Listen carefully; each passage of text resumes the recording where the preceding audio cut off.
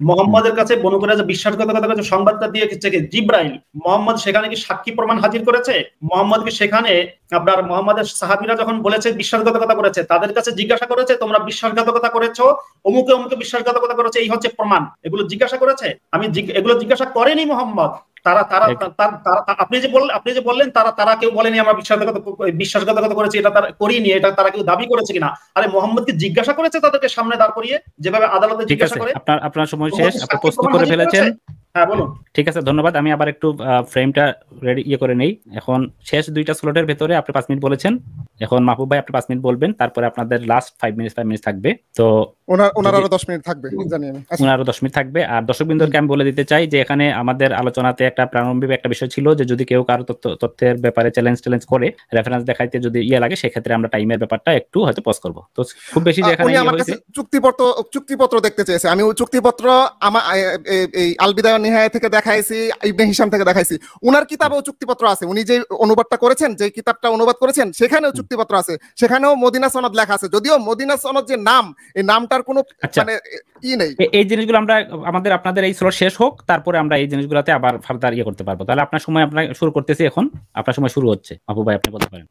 জি, প্রথমেই উনি বিচার কার্য, আচ্ছা বিচার কার্য নিয়ে শেষের দিকে হয়তো বলেছেন কিনা জানি না, কোন সময় বলেছেন বিচার কার্যটা কি আসলে ট্রায়াল হয়েছে কিনা, হ্যান হয়েছে কিনা, ত্যান হয়েছে কিনা। দেখেন, আমি শুরুতেই বলেছি রাসূল সাল্লাল্লাহু আলাইহি ওয়াসাল্লাম যে একটা পরিস্থিতিতে সর্বপ্রথম ওইখানে আইনের শাসনটা পরিচালিত শুরু করা হয়, শুরু করার সাথে সাথেই এই সমস্যা, ওই সমস্যা, এই যুদ্ধ, এই বিগ্রহ। একটা জিনিস, একটা যে বলেন যে মন্ত্রিসভা, অবশ্যই মন্ত্রিসভা হয়েছে, এগুলো ধাপে ধাপে পরবর্তীতে খিলাফতের সময় এগুলো হয়েছে। কিন্তু রাসূল সাল্লাল্লাহু আলাইহি ওয়াসাল্লামের সময় রাষ্ট্র পরিচালনা শুরু করবেন কি, এখান থেকে হুমকি, এখান থেকে যুদ্ধ, ওটা হইতেছে, এটা হইতেছে। তারপরে যাদেরকে নিয়ে তিনি রাষ্ট্রটা গঠন করলেন, যাদেরকে নিয়ে তিনি এই যে মানে একটা এক জাতিতে, মানে সমস্ত ইহুদি মুসলিম যারা আছে সবাইকে তিনি যে করলেন, সেখানে তিনি যে তিনি কিছু শর্ত দিয়েছেন যে এইভাবে আমরা থাকবো, মুসলমানরা এটা করবে, ইহুদিরা ওটা করবে। এগুলো সমস্ত কিছু লিপিবদ্ধ আছে আল বিদায়া ওয়ান নিহায়াতে, সিরাতে ইবনে হিশামে, সিরাতে ইবনে ইসহাকে, সমস্ত কিছু আছে। এবং এই সমস্ত কিছু তো তারা সবাই স্বাক্ষর দেখাতে হবে। ওকে, আমি টাইম পজ করে দিছি। এই এখন টাইম আপনার 3 মিনিট 47 সেকেন্ড আছে, টাইম পজ আছে। আপনি এখন যেহেতু উনি চ্যালেঞ্জ করছে, এই সময়টা বাদ। হ্যাঁ, আপনি এখন দেখান। আচ্ছা, আমি একটু বের করি, আমাকে বের করতে হবে, আমি কিতাবগুলো বের করতে হবে, তো কারণ সবগুলার স্ক্রিনশট। ঠিক আছে, অসুবিধা নেই, আপনি সময় নেন। আমি সেই সুযোগে দর্শকদের সাথে আমি করতেছি, ইনফরমেশন শেয়ার করতেছি। দর্শকবৃন্দ যারা প্রথম থেকে লাইভটি শুনেননি, তাদের জন্য বলতেছি, এই লাইভ ডিবেটের যে বিষয়টা ছিল, আপনারা দেখতেই পাচ্ছেন বনু কুরাইজার ঘটনাটা কি গণহত্যা ছিল নাকি সুবিচার ছিল। সেই জায়গা থেকে 20 মিনিট করে সময় বন্টন করা ছিল।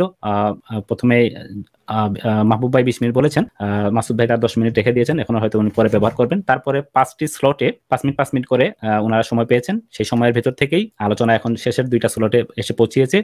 এবং বিতর্কের পূর্বে এই বিষয়গুলো ঠিক করে নেওয়া হয়েছিল, যদি কেউ কারো তথ্যকে চ্যালেঞ্জ করেন, সেক্ষেত্রে টাইমটা আলাদাভাবে কাউন্ট করা হবে না। এখন মাহবুব ভাই আমাদের কাছে তথ্য নিয়ে আসতেছেন, সেই জন্য আমরা টাইমটা পজ করে দিয়েছি।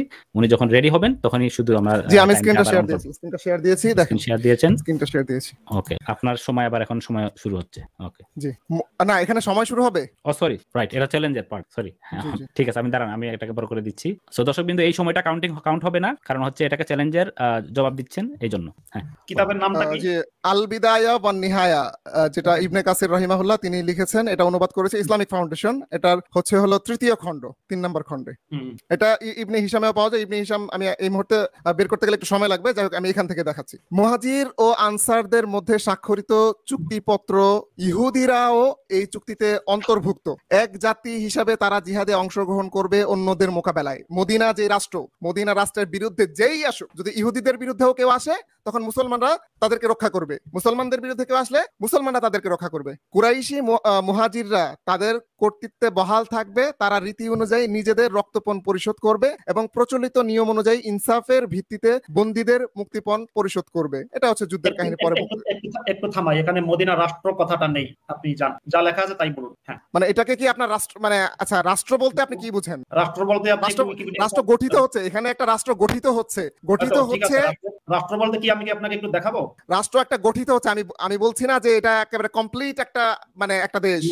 ঠিক আছে, ঠিক আছে, রাষ্ট্রের সংজ্ঞায় মোহাম্মদের গঠিত মদিনা পড়ে হচ্ছে, কিনা আমি দেখাবো কিনা। এটা একটা রাষ্ট্র গঠিত হচ্ছে, ঠিক আছে, গঠিত মানে একটা গঠিত হওয়া রাষ্ট্রের সংজ্ঞায় মোহাম্মদের মদিনা পড়ে কিনা এখানে আইন শৃঙ্খলা প্রণয়ন করা হচ্ছে, শুরু না হচ্ছে। বলছে ঠিক আছে হচ্ছে, কিন্তু রাষ্ট্রের সংজ্ঞায় মোহাম্মদের মদিনা পড়ে কিনা আমি কি আপনাকে একটু দেখাবো কিনা, যদি দেখতে না চান ঠিক আছে, দেখতে চাইলেও ঠিক আছে। আমার দরকার নেই, বনু কুরাইজা থাকলেই হলো। আচ্ছা চলুন। বনু আউফ তাদের কর্তৃত্বে বহাল থাকবে, তারা রীতি ও বিধিমতো দিয়াত পরিশোধ করবে এবং প্রত্যেক দল রীতি অনুযায়ী ইনসাফের ভিত্তিতে মুনাফিকদের ফিদিয়া পরিশোধ করে তাদের বন্দীদের মুক্ত করবে। মাহবুব ভাই 1 মিনিট, মানে কয়েক সেকেন্ড বলছি। এখানে আপনি এটা যেহেতু 53টা ধারা আছে, এখানে এই 53টা ধারার মধ্যে আপনি কোথাও বনু কুরাইজার নাম লেখা আছে কিনা একটু দেখান তো আমাকে। আপনি কি বলতে চাচ্ছেন যে বনু কুরাইজা এই চুক্তিতে স্বাক্ষর করেনি? আমি বলছি আমি স্বাক্ষর করেছে কি করেনি সেটা না, বনু কুরাইজা স্বাক্ষর করেছে বা বনু কুরাইজার নাম থাকতে এখানে অনেক গোত্রেরই নাম নাই, বনু হারিসার নাম আছে কিনা সেটা আমি জানি না। আমি শুরুতেই বলেছিলাম আমি এখানে অনেকগুলো গোত্রের নাম আছে, স্পেসিফিক অনেকগুলো আছে, সবগুলোর নাম নাই এখানে, সবগুলো গোত্রের নাম নাই, কারণ হচ্ছে স্পেসিফিক ভাবে তাদেরকে আলাদা। তাহলে বনু কুরাইজার সাথে চুক্তি হয়েছে এটা প্রমাণিত হয় না, বনু কুরাইজার সাথে চুক্তি হয়েছে প্রমাণিত হয় না। যদি আমি প্রমাণ করতে পারি, আমি বলছি দেখুন, আমি বলছি প্রমাণিত হয় না, আপনি প্রমাণ করতে পারলে আমি আপনাকে থ্যাংক ইউ বলবো, প্রমাণ করুন। ওকে, থ্যাংক ইউ বলবেন। আচ্ছা, বনু কুরাইজার সাথে কি চুক্তি হয়েছিল এবং কারা কারা এই চুক্তিতে স্বাক্ষর করেছিল আমি তাহলে একটু দেখাই। ওকে, এটা হলো, আচ্ছা আমি তো স্ক্রিনটা মনে হয় বন্ধ করে দিয়েছিলাম। এই চুক্তিটা হওয়ার পরে যারা স্বাক্ষর করেছিল তাদের মাঝে কিছু বৈরিতা দেখা যায়, ঠিক আছে। সিরাতে ইবনে হিশামে এই চুক্তির পরপরই কয়েকটা ঘটনার নিচেই দেখেন, সিরাতে ইবনে হিশাম 2য় খণ্ডে 192 পৃষ্ঠায় কারা কারা এই চুক্তিতে স্বাক্ষর করেছিল, এর মধ্যে বনু নাজির টাজির সবই আছে, বনু সালাবা, বনু কাইনুকা, ঠিক আছে, এদের নাম এসেছে। এবং এই যে এই শেষে মানে 192 পৃষ্ঠার শেষে আপনারা দেখতে পাবেন বনু কুরাইজার জুবাইর ইবনে বাতা ইবনে ওয়াহাব, উনি একজন নেতা, ওয়াজ্জাল ইবনে শামেল, এগুলো সম্ভবত আরবিতে হইলে দেখলে বোঝা যেত, কাব বিন আসাদ, বনু কুরাইজার পক্ষ থেকে যে চুক্তিতে স্বাক্ষর করেছিল যাহা আহজাবের যুদ্ধের দিন ভঙ্গ করে দেওয়া হয়। আচ্ছা, এটা কিতাবের নাম কি? হ্যাঁ, কিতাবের নাম কি? সিরাতে ইবনে হিশাম ইসলামিক ফাউন্ডেশন কর্তৃক অনুবাদকৃত 192 পৃষ্ঠা 2য় খণ্ড। আপনি একটু এর পরে এই যে লেখাগুলো দেখিয়েছেন এর নিচে একটু নামুন আস্তে আস্তে একটু, মানে আচ্ছা তাহলে আমাকে ওই 2য় খণ্ডে যেতে হবে, 1টা মিনিট অপেক্ষা করুন, আমি 2য় খণ্ডে যাচ্ছি এক্ষুনি। যান, বের করতে হবে, সময় দিতে হবে। আচ্ছা 192, জি এই যে 192 পৃষ্ঠা থেকে যে বলছেন না, এই যে আমি পড়ছি। বনু কুরাইজার জুবাইর ইবনে বাতা ইবনে ওয়াহাব, ওয়াজ্জাল ইবনে শামেল, কাব ইবনে আসাদ বনু কুরাইজার পক্ষ থেকে যে চুক্তিতে স্বাক্ষর করেছিল তা আহজাবের যুদ্ধের দিন ভঙ্গ করে দেওয়া হয়। শামুইল, এরপরে যাদের নাম আছে, ঠিক আছে, তারা আবার অন্য গোত্রের, বনু কুরাইজার উপগোত্রের, শামুইল ইবনে জায়েদ, জাবাল ইবনে আমর ইবনে সুকায়না, নাহাম ইবনে জায়েদ, কুরদাম ইবনে কাব, ওয়াহাব ইবনে জায়েদ, নাফি ইবনে আবু নাফি আদি ইবনে জায়েদ, এখানে অনেকে, এরা সকলেই ছিল বনু কুরাইজার লোক। আচ্ছা, এরা চুক্তি করেছে এরা স্বাক্ষর করেছে 3 জন, এদের পক্ষ থেকে স্বাক্ষর করেছে 3 জন, জুবাইর ইবনে বাতা ইবনে ওয়াহাব, হ্যাঁ, ওয়াজ্জাল ইবনে শামেল, কাব ইবনে আসাদ, বনু কুরাইজার পক্ষ থেকে যে চুক্তিতে স্বাক্ষর করেছিল তা আহজাবের যুদ্ধের দিন ভেঙে দেওয়া হয়। স্বাক্ষর কখন করেছে? এই যে ঠিক উপরেই আপনার ইয়েটা ছিল না, আপনি একটু বিস্তারিতই বলতে পারেন ঘটনাটা মানে কিসের প্রেক্ষিতে, তখন কি ঘটেছিল বলুন।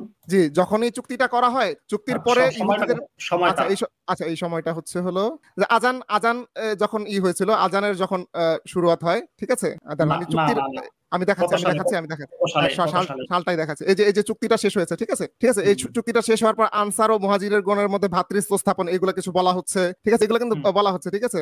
তারপর হলো এই ভ্রাতৃত্ব, তারপর আজানের ইতিবৃত্ত, আজানের কথা বলা হচ্ছে, আব্দুল্লাহ ইবনে জায়েদ, সব বিভিন্ন জনের স্বপ্নের কথা বলার পরে, ঠিক আছে, বিলাল দোয়া করতেন, আবু বকর, এই বিভিন্ন কিছু বলার পরেই মানে আজান যখন, এই যে দেখেন আজানের ইগুলো চলতেছে, বাক্যগুলো, ঠিক আছে, না সরি এটা হলো অন্য, আচ্ছা যাই হোক, আজানের ইতিবৃত্ত এটা চলতেছে, যাই হোক, এটা সম্ভবত এগুলো পরে রাখা হয়নি।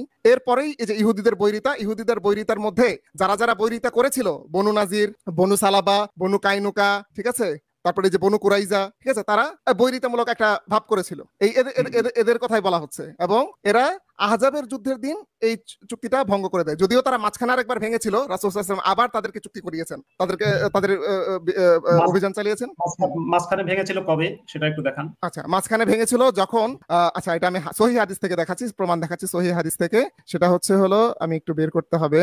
আচ্ছা, দ্বিতীয়বার চুক্তি, জি। আর আরেকটা প্রশ্ন আপনাকে করেছি যে চুক্তি, একটা হচ্ছে চুক্তি ভঙ্গ করা, কিন্তু চুক্তি ভঙ্গ করার পরে তাদের অ্যাকশনটা ছিল কি? আমি একটু আপনাকে পয়েন্ট ধরে বলি যে তারা মুসলিমদের, একটু শুনুন, তারা মুসলিমদের কাউকে হত্যা করেছে, মুসলিমদের এলাকায় অগ্নিসংযোগ করেছে, মুসলিমদের মেয়েদেরকে ধর্ষণ করেছে, তারপরে হচ্ছে আপনার ইয়েদেরকে মানে যারা বাহিরের যারা কুরাইশ বা যারা আহজাবের যারা ছিল সৈন্য ছিল তাদেরকে ঘরে ধরে নিয়ে এসে মুসলিমদের ঘর বাড়ি চিরিয়ে দিয়েছে।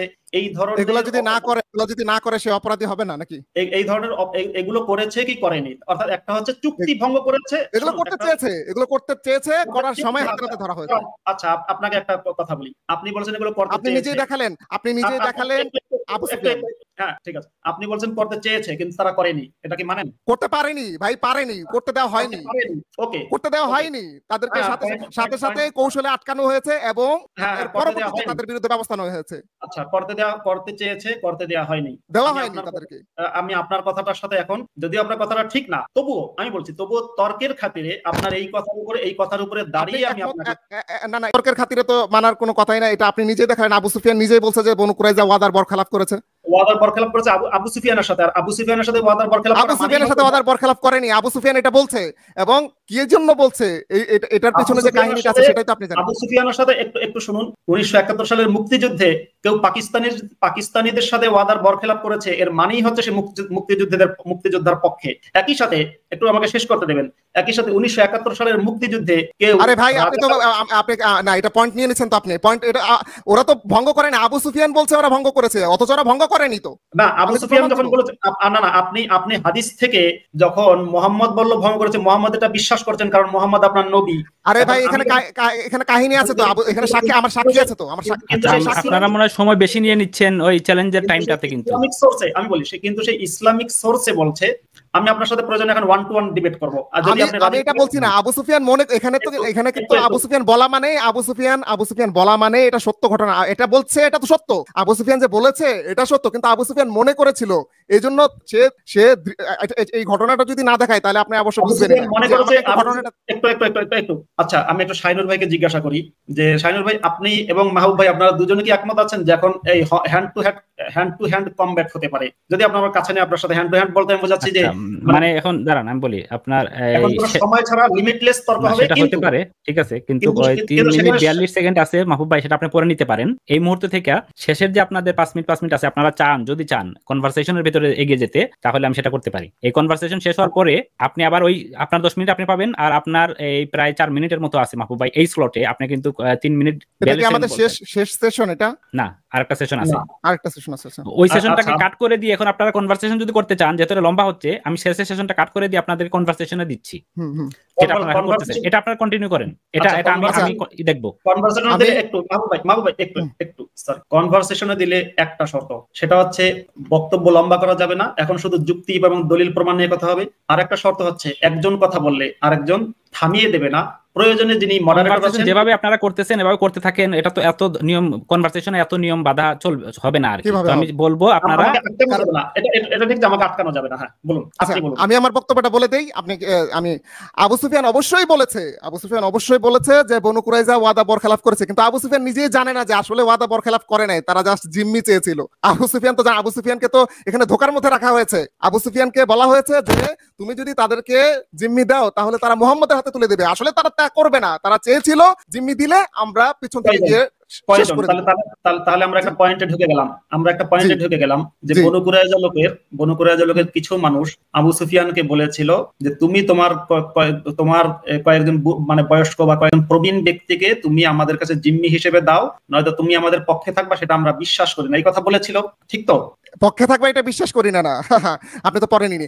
তারা বলেছিল তোমরা যে যুদ্ধ মানে পালিয়ে যাবে না, তোমরা যে কোনো একটা বৈরিতা হইলে পালিয়ে যাবে না, এর জন্য আমি জিম্মা হিসেবে তোমাদের 10 জন বা 40 জন এরকম বলেছিল যে এদেরকে দাও, এরা জিম্মি হিসাবে থাকবে, যাতে তোমরা আমরণ লড়াই করতে পারো। মুহাম্মদকে শেষ করার আগ পর্যন্ত, সাল্লাল্লাহু আলাইহি ওয়াসাল্লাম শেষ করার আগ পর্যন্ত তোমরা তার বিরুদ্ধে যদি মরেও যাও তাও লড়াই করবা। ঠিক আছে? তার মানে মরলে মরবো, 2 ভাই একসাথে মরবো। ঠিক আছে? এর জন্য আমার জামানত লাগবে ভাই। এখন কেউ যদি বলে যে আমি তোর সাথে আমি এই বাংলাদেশের বিরুদ্ধে বিশ্বাসঘাতকতা করব, কিন্তু তুই আমারে 10 লাখ টাকা দিবি, ঠিক আছে? টাকা দিলে তাহলে আমি বুঝবো তুই আমার সাথে থাকবি, আমার সাথে ই করবি না। বা ধরেন কেউ বললো যে আমি তোর সাথে হিরো ইয়াবা ব্যবসায় আমি রাজি আছি, ঠিক আছে, বর্ডার পাস করে দিব, কিন্তু তুই আমাকে এই জামানতটা দিবি, নাইলে আমি কিন্তু করব না। তার মানে কি সেই ইয়াবা ব্যবসার সাথে জড়িত না? ফ্লোর ছেড়ে দিন। হ্যাঁ, সংক্ষিপ্ত করে মাসুদ ভাই বলেন। আচ্ছা, হ্যাঁ, আপনি একটা কথা বললেন, আপনি কিন্তু ঘটনা যেটা ঘটেছে সেটা কিছুটা টাচ করেছেন, কিন্তু আমি আপনাকে বলেছি যে এই যে ঘটনাটা মানে আবু সুফিয়ানের সাথে যে কনভারসেশন হচ্ছে, আবু সুফিয়ান কি বনু নজিরের দুর্গের মধ্যে, বনু কুরাইজার দুর্গের মধ্যে ঢুকেছিল? না, অবশ্যই না। তাহলে তো সে বুঝতোই, আবু সুফিয়ান যদি দুর্গের মধ্যে না ঢোকে, তাহলে এই কনভারসেশনের মাঝখানে কে ছিল, কার মাধ্যমে এই যোগাযোগগুলো হচ্ছিল? যোগাযোগটা, আচ্ছা কোন যোগাযোগটার কথা বলেন, আমি তাহলে একেবারে মিলিয়ে দিচ্ছি। কোন যোগাযোগ? আপনি ওই যে আবু সুফিয়ানের কাছে যে যখন আপনি যে কথাগুলো বললেন যে আবু সুফিয়ানের কাছে বনু কুরাইজার লোকেরা বলেছিল যে তোমরা 10 জন বা 40 জন লোককে দাও, এই যে কনভারসেশন আবু সুফিয়ানের সাথে হয়েছিল, তখন তার মোবাইল টেলিফোন ছিল না, এই কনভারসেশনটা কার মাধ্যমে হয়েছে? এটা দূতের মাধ্যমে ইকরিমা ইবনে আবু জাহেল। আপনি যে পেজটা দেখাইছেন না, এই পেজের ঠিক উপরেই সম্ভবত এর আগের পেজ থেকে বা এই পেজ থেকে শুরু হয়েছে যে ইকরিমা ইবনে আবু জাহেলকে পাঠানো হয় এবং বলে, দেখেন আরো একটা মজার কাহিনী আছে, আমি তো বলে শেষ করতেই পারি না। এই যে এখানে একটা মজার কাহিনী আছে, ইকরিমা ইবনে আবু জাহেল যখন যায়, তখন ইকরিমা ইবনে আবু জাহেল এটা বলে না যে নুয়াইম ইবনে মাসুদ কিন্তু আমাকে এটা বলেছে।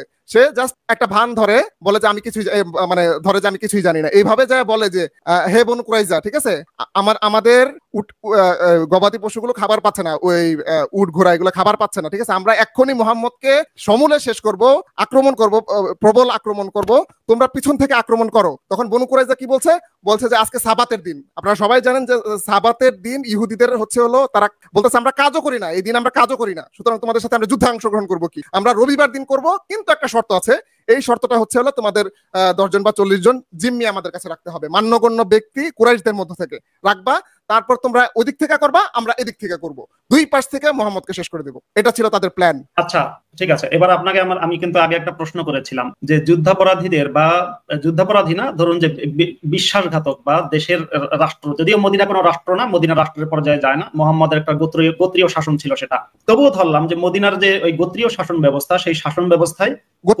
গোত্রীয় শাসন ব্যবস্থা ভ্যানিশ করে দেওয়া হয়েছে, সব গোত্রকে একত্রে নিয়ে আসা হয়েছে, সব গোত্র এই জায়গায় চুক্তিবদ্ধ না, সব গোত্র একত্র করা হয়নি। আমি আপনাকে বলছি গোত্র মানে মুহাম্মদ কতগুলো গোত্রকে আমি কথাটা বুঝবেন, মুহাম্মদ কতগুলো গোত্রের শাসক হয়েছেন, কিন্তু বনু কুরাইজা গোত্রের, মুহাম্মদ যখন নবী তখনও বনু কুরাইজা গোত্রের একজন লিডার ছিল এবং বনু নজির গোত্রের একজন লিডার ছিল। এটা স্পেশালি থাকতেই পারে, তার মানে গোত্র ব্যবস্থা তখন ছিল, গোত্র ব্যবস্থা আগে থেকেই ছিল। এই গোত্রগুলো একটা আইনের, আপনি যে বলছেন গোত্র ব্যবস্থা ভ্যানিশ করে দেওয়া হয়েছে, তার মানে ভ্যানিশ হয়নি। না, আইনের শাসনটা, আইন যে ধরেন আগে ছিল এক গোত্র, যদি আরেক ভ্যানিশ হয়নি, ঠিক তো? আচ্ছা, গোত্র ছিল, হ্যাঁ ঠিক আছে, গোত্র ছিল, হ্যাঁ, কিন্তু গোত্রের যে আইন কানুনগুলো, আমি বলি গোত্রের যে আইন কানুনগুলা, এই আইন কানুনগুলা রাসূল সাল্লাল্লাহু আলাইহি ওয়াসাল্লাম যেইভাবে চুক্তি করেছেন সেইভাবে পরিচালিত হচ্ছিল। হ্যাঁ, আমি গোত্রের আইনের কথা বলি না, আমি বলছি গোত্র ব্যবস্থা এক গোত্র মানে এই গোত্র তার নিজস্ব ইয়েতে রাসূল সাল্লাল্লাহু আলাইহি ওয়াসাল্লামের অনুমতি ছাড়া নিজস্ব ইয়েতে কিছুই করতে পারবে, অনেক কিছু করতে পারবে না, আইন তো ভিন্ন। সুতরাং এটা মানে ওই গোত্র ছিল না আগে যেটা ছিল। মুহাম্মদ হচ্ছে মদিনার শাসক ছিল, প্রেসিডেন্ট না, মুহাম্মদ হচ্ছে মদিনার শাসক ছিল, এটা ঠিক, রাষ্ট্রের শাসক না, মদিনা নামক গোত্রের, মানে মদিনা নামক একটা অঞ্চলের কয়েকটা গোত্রের শাসক, মদিনা নামক একটা অঞ্চলের কয়েকটা গোত্রের শাসক হচ্ছে মুহাম্মদ, এবং গোত্র ব্যবস্থা ভ্যানিশ হয়নি, গোত্র ব্যবস্থা তখন টিকে ছিল, কিন্তু তখনকার সময় রাষ্ট্র দেখান, তখনকার সময় রাষ্ট্র দেখান আপনি, তখনকার সময় রাষ্ট্র ছিল তো বটেই, তখনকার সময় তারও বহু আগে গ্রিস নামে একটা রাষ্ট্র ছিল, রোমান সাম্রাজ্য ছিল, পারস্য সাম্রাজ্য ছিল। এটা কি রাষ্ট্র না সাম্রাজ্য বলছেন? রাষ্ট্র সাম্রাজ্য রাষ্ট্র ছিল, সাম্রাজ্যকে আপনি রাষ্ট্র মনে করেন না? আপনি যেভাবে এটাকে ডিনাই করতে পারেন, আমি ওইভাবে ওটাকে ডিনাই করতে পারি। আর তাছাড়া রাষ্ট্র ছিল, আপনি গ্রিস নামে একটা রাষ্ট্রের নাম জানেন যেটা মুহাম্মদের অনেক আগে প্রতিষ্ঠিত হয়েছিল? প্রমাণ দেখান। এবং তখন আপনি রাষ্ট্র প্রেসিডেন্ট কে ছিল, প্রধানমন্ত্রী কে ছিল, হ্যাঁ প্রমাণ দেখান আপনি এরিস্টটল, একটু শুনুন, এরিস্টটল, প্লেটো, সক্রেটিসের সময় প্রেসিডেন্ট ছিল, এটা কোনো কথা বললেন? আমি তো এরিস্টটলকে প্রেসিডেন্ট বলিনি, আমি কি আচ্ছা আপনারা বলুন তো, আমি কি এরিস্টটলকে প্রেসিডেন্ট বলেছি? আচ্ছা, আমি প্রেসিডেন্টের নাম জিজ্ঞেস করেছি, আমি প্রেসিডেন্টের নাম জিজ্ঞেস করেছি, আপনি বলতেছেন এরিস্টটল প্রেসিডেন্ট। আমরা আলোচনা থেকে দূরে চলে যাচ্ছি, আমি এখানে একটু ইন্টারফেয়ার করি। আমার মনে হয় এই রাষ্ট্র ছিল কিনা এটাতে আপনারা প্রেসিডেন্টের নাম ওইভাবে জানি না, এটা ইতিহাস দেখলে হয়তো পাওয়া যেতে পারে, কিন্তু সিটি স্টেট আমি আপনাদের কাছে জানছি, সিটি স্টেট হিসেবে তো ছিল, তাই না? মাহবুব ভাই তো অস্বীকার করতেছেন না, তো তাহলে মদিনাও তো ছিল, মদিনাও তো একটা সিটি স্টেট ছিল, মদিনা একটা সিটি ছিল, মদিনা একটা সিটি যেটার নাম ছিল আগে ইয়াসরিব। সিটি স্টেট বললে সমস্যা কি আপনার? সিটি স্টেট বললে সমস্যা কি, প্রবলেম হয়? সিটি স্টেট না, ওটা একটা সিটি। সেই সিটিতে কিছু মানুষ বসবাস করতো। হ্যাঁ, পরে সেটা সাম্রাজ্যের রূপ নেয়। ইসলাম কিন্তু রাষ্ট্রে বিশ্বাস করে না, ইসলাম কিন্তু খেলাফত ব্যবস্থায় বিশ্বাস করে। আপনি জানেন মুহাম্মদের মৃত্যুর পরে যখন ইসলামী সাম্রাজ্য বড় হলো, তখন কিন্তু সেটা খেলাফত ব্যবস্থা প্রতিষ্ঠিত হয়েছে। সুতরাং মুহাম্মদ কোন রাষ্ট্র প্রতিষ্ঠা করেননি, মুহাম্মদ একটা গোত্রীয় শাসন প্রতিষ্ঠা করেছেন মদিনা নামক জায়গায়। আচ্ছা, এটা মনে হয় মূল আলোচনা নয়, আপনারা মূল আলোচনা চলে আসেন। মানে না, এটা মূল আলোচনার অন্তর্ভুক্ত। কারণ কি, একটা নগর রাষ্ট্র, আচ্ছা এখানে এখন দেখেন আমি রাষ্ট্র নিয়ে আমি গবেষণা করে আসিনি, ঠিক আছে? নগর রাষ্ট্র কি, সিটি স্টেট কি, মানে এগুলা কি আসলে এখন এটা যদি বলতে হয় তাহলে তো আসলে টপিকের পুরাই বাইরে। না, টপিকের বাইরে না। কারণ কি, রাষ্ট্রদ্রোহিতা হতে গেলে আগে রাষ্ট্র হতে হবে। রাষ্ট্র ছিল না, রাষ্ট্র তো হয়েছে, সবাই একমত হয়েছে। একটু দ্বিতীয় নম্বর কথা হচ্ছে, রাষ্ট্র এই মদিনায় যারা বসবাস করেছে তাদের কিন্তু মোহাম্মদ শাস্তি রাষ্ট্রদ্রোহিতা হিসেবে দেননি, শাস্তি দিয়েছেন মোহাম্মদের ধর্ম গ্রহণ না করার কারণে। ইম্পসিবল। আমি সম্পূর্ণরূপে এটা ডিনাই করেছি, সম্পূর্ণ। আমি না এটা আপনি কিভাবে বলছেন? প্রমাণ দেন। প্রমাণ চাইবেন তো? প্রমাণ চাইবেন না? প্রমাণ দিন। ওকে, আপনি জানেন বনু নজিরের ঘটনা, বনু কুরাইজার ঘটনা কাছাকাছি সময়ে। বনু নজির জাহান্নামে যাক। আপনি বনু কুরাইজার যে বিচার কার্যটা হয়েছে, এটা ইসলাম ধর্ম না মানার কারণে তাদেরকে হত্যা করা হয়েছে, এটা প্রমাণ দিন। আপনাকে একটা আয়াত আমি জিজ্ঞাসা করি, একটু অর্থটা আমাকে বলবেন? আপনি নিজেই বলেন, সমস্যা নেই। আমি একটা আয়াত পাঠ করি। আমি মুফাসসির। হ্যাঁ, আমি একটা আয়াত পাঠ করি। قل آمنا بالله وما أنزل إلينا وما أنزل إلى إبراهيم وإسماعيل وإسحاق ويعقوب والأسباط وما أوتي موسى وعيسى وما أوتي النبيون من ربهم لا نفرق بين أحد منهم ونحن له مسلمون فإن آمنوا بمثل ما آمنتم به فقد اهتدوا وإن تولوا فإنما هم في شقاق। এটুকুর অর্থ আমাকে বলুন এবং আমি গ্যারান্টি দিচ্ছি। না, এটা আপনি বলুন মাসুদ ভাই, আমাকে বলতে হবে কেন? আপনি অথবা আপনি কোরআনের আয়াত বলেন, আমি বের করতেছি। আপনি যেটা পড়েছেন এটার অর্থ কি বা এখানে মূল বক্তব্য কি আপনি বলে দিতে পারেন মাসুদ ভাই? আপনি কোরআনের আয়াতটা দিবেন আগে, আপনি অর্থ বলার আগে আমাকে কোরআনের আয়াতটা দিবেন। কোরআনের আয়াত নাম্বার হচ্ছে আপনার, দাঁড়ান আমি আপনাকে দেখাচ্ছি। কুল আমান্না বিল্লাহি, আপনি স্ক্রিন শেয়ার দিতে পারেন মাসুদ ভাই। আপনি এক নম্বর পারার 20 নম্বর পৃষ্ঠা। আমরা আসলে যারা হাফেজি পড়েছি তারা হচ্ছে পৃষ্ঠা হিসেবে ওখানে আয়াত নাম্বারটা তো দেওয়া আছে, ঠিক আছে আমি বুঝতে পেরেছি, কিন্তু আয়াত নাম্বার তো দেওয়া আছে। আচ্ছা কুল আমান্না, আচ্ছা আমি একটু তাহলে ভয়েস করলে, হ্যাঁ আমি আপনাকে এক্ষুনি আয়াত নাম্বার বলছি, এক মিনিট। কুল আমান্না বিল্লাহি ওয়া মালাইকাতিহি, না, কুল আমান্না বিল্লাহি ওয়া মা উনজিলা ইলাইনা ওয়া মা উনজিলা ইলা ইব্রাহিম ওয়া ইসমাঈল ওয়া ইসহাক লা নুফাররিকু বাইনা আহাদিন মিনহুম ওয়া নাহনু লাহু মুসলিমুন ফাইন আমানু বিমিসলি মা আমানতুম বিহি ফাদারান। এটা তো 1 নম্বর পারার 20 নম্বর পৃষ্ঠায়। ওয়া ক্বালু কুনু হুদান আও নাসারা তাহাতাদু। একটু দাঁড়ান আমি বলছি, সরি আমি আয়াত নাম্বারটা দেরিতে দিচ্ছি, মানে আয়াত নাম্বারটা দেরিতে দিচ্ছি না। 1 নম্বর পারার 20 নম্বর পৃষ্ঠা না, একটু আমাকে সময় দিতে হবে। কুল আমান্না, আচ্ছা সূরা আলে ইমরান আয়াত নম্বর 136, একটু বের করুন তো। সূরা আলে ইমরান আয়াত নাম্বার 36। 136, সরি আমি 36 বের করেছিলাম। 136, জি পেয়েছেন? জি। আচ্ছা, অর্থটা কি আপনার কাছে লেখা আছে? হ্যাঁ, তাদের পুরস্কার হবে তাদের রবের নিকট হতে মার্জনা এবং উদ্যান সমূহ যেগুলির তলদেশ দিয়ে স্রোতস্বিনী সমূহ প্রবাহিত হতে থাকে, তন্মধ্যে তারা সদা অবস্থান করবে এবং কর্মীদের জন্য কি সুন্দর প্রতিদান। আচ্ছা এটা তো আসছে সূরা আলে ইমরান না? সূরা আলে ইমরানের এটা হচ্ছে উলাইকা জাযাউহুম মাগফিরাতুম মির রাব্বিহিম। না দাঁড়ান, আমি আপনাকে ফাইন আমানু বিমিসলি মা আমানতুম বিহি ফাকাদ ইহতাদাউ, এই আয়াতগুলো সব মুখস্থ, কিন্তু নাম্বারটা এখন বলতে পারবো না। যাই হোক, আয়াতের অর্থটা আমি আপনাকে বলি। হ্যাঁ, আয়াতের অর্থটা হচ্ছে যে হে নবী, যদি আমি অর্থ ভুল করি তাহলে আপনারা আমাকে ধরিয়ে দেবেন, মানে পরবর্তীতে আমাকে ধরিয়ে দেবেন। তুমি বলে দাও আমরা ঈমান এনেছি ওয়া মা উনজিলা ইলাইনা, আমাদের উপরে যা নাজিল হয়েছে ইব্রাহিমের উপরে, মুসার প্রতি, ঈসার প্রতি, আসবাতের প্রতি, তারপরে হচ্ছে ওয়া মা উতিয়ান নাবিয়ুনা মির রাব্বিহিম, যে নবীদেরকে যা দেয়া হয়েছে তাদের রবের পক্ষ থেকে, তার প্রতি ঈমান এনেছি। আমরা কোন নবীর মধ্যে পার্থক্য করি না, আমরা তার এই সকল কিছুর প্রতি ঈমান এনেছি বা ইসলাম গ্রহণ করেছি। ওয়া নাহনু লাহু মুসলিমুন, আমরা তার প্রতি আনুগত্য করেছি বা আত্মসমর্পণ করেছি। ফাইন আমানু বিমিসলি মা আমানতুম বিহি ফাকাদ ইহতাদাউ, এটা বলা হচ্ছে মুহাম্মদকে তৎকালীন সময়ের যারা অমুসলিম ছিল, স্পেশালি ইহুদি যারা, তাদের সম্পর্কে বলা হচ্ছে যদি তারা তোমরা যেভাবে ঈমান এনেছো সেভাবে যদি ঈমান আনে তবে তারা হেদায়েত পেল। ওয়া ইন তাওয়াল্লাউ, আর যদি তারা মুখ ফিরিয়ে নেয়, ফাইন্নামা হুম ফি শিকাক, তবে তারা রয়েছে স্পষ্ট শত্রুতার মধ্যে। হুম ফি শিকাক, আপনি কি শিকাক শব্দের অর্থ জানেন নাকি আমি বলবো? শিকাক শব্দের অর্থ আপনি বললে আমি দেখবো, এখানে বিরোধের কথা বলা হচ্ছে, আমি ডিকশনারি থেকে দেখবো, সমস্যা নেই। আমি আপনাকে শিকাক শব্দের অর্থ ডিকশনারি থেকেই বলছি।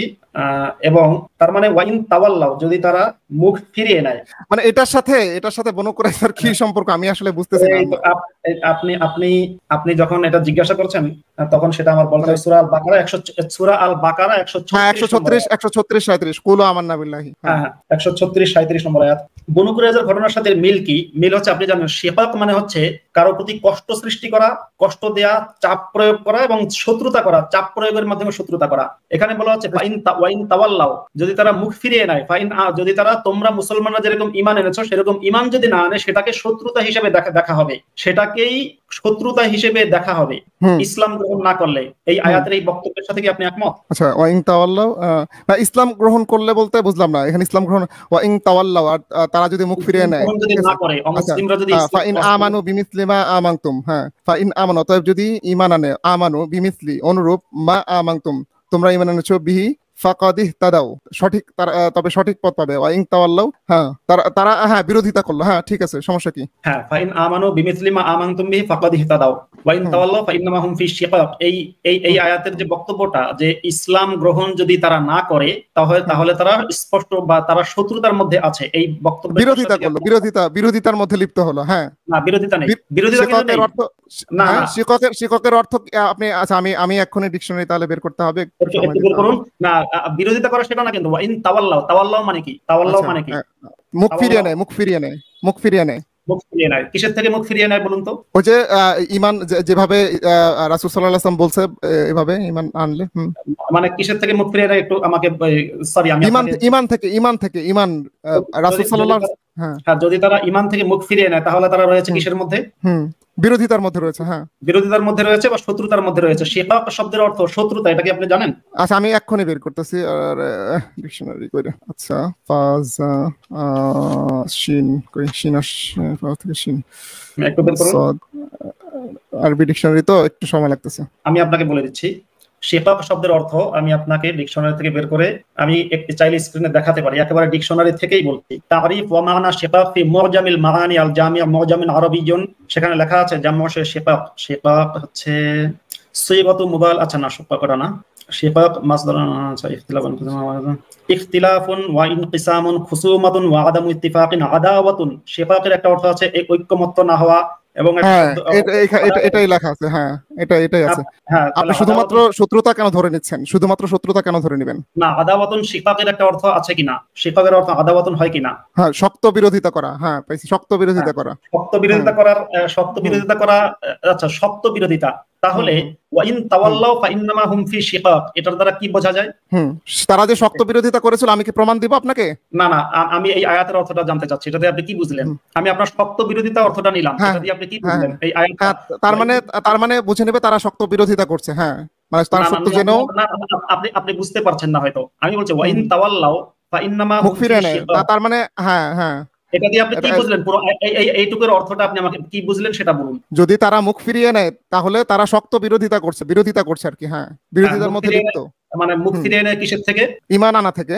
হ্যাঁ, তার মানে তারা যদি মুসলমানরা যেভাবে মুহাম্মদের প্রতি ঈমান এনেছে সেরকম ঈমান যদি তারা না আনে, স্পেশালি ইহুদিরা, অমুসলিমরা তো বটে, স্পেশালি ইহুদিরা, তাহলে তারা শক্ত, আপনার শব্দটা নিলাম, শক্ত বিরোধিতার মধ্যে রয়েছে, ঠিক তো?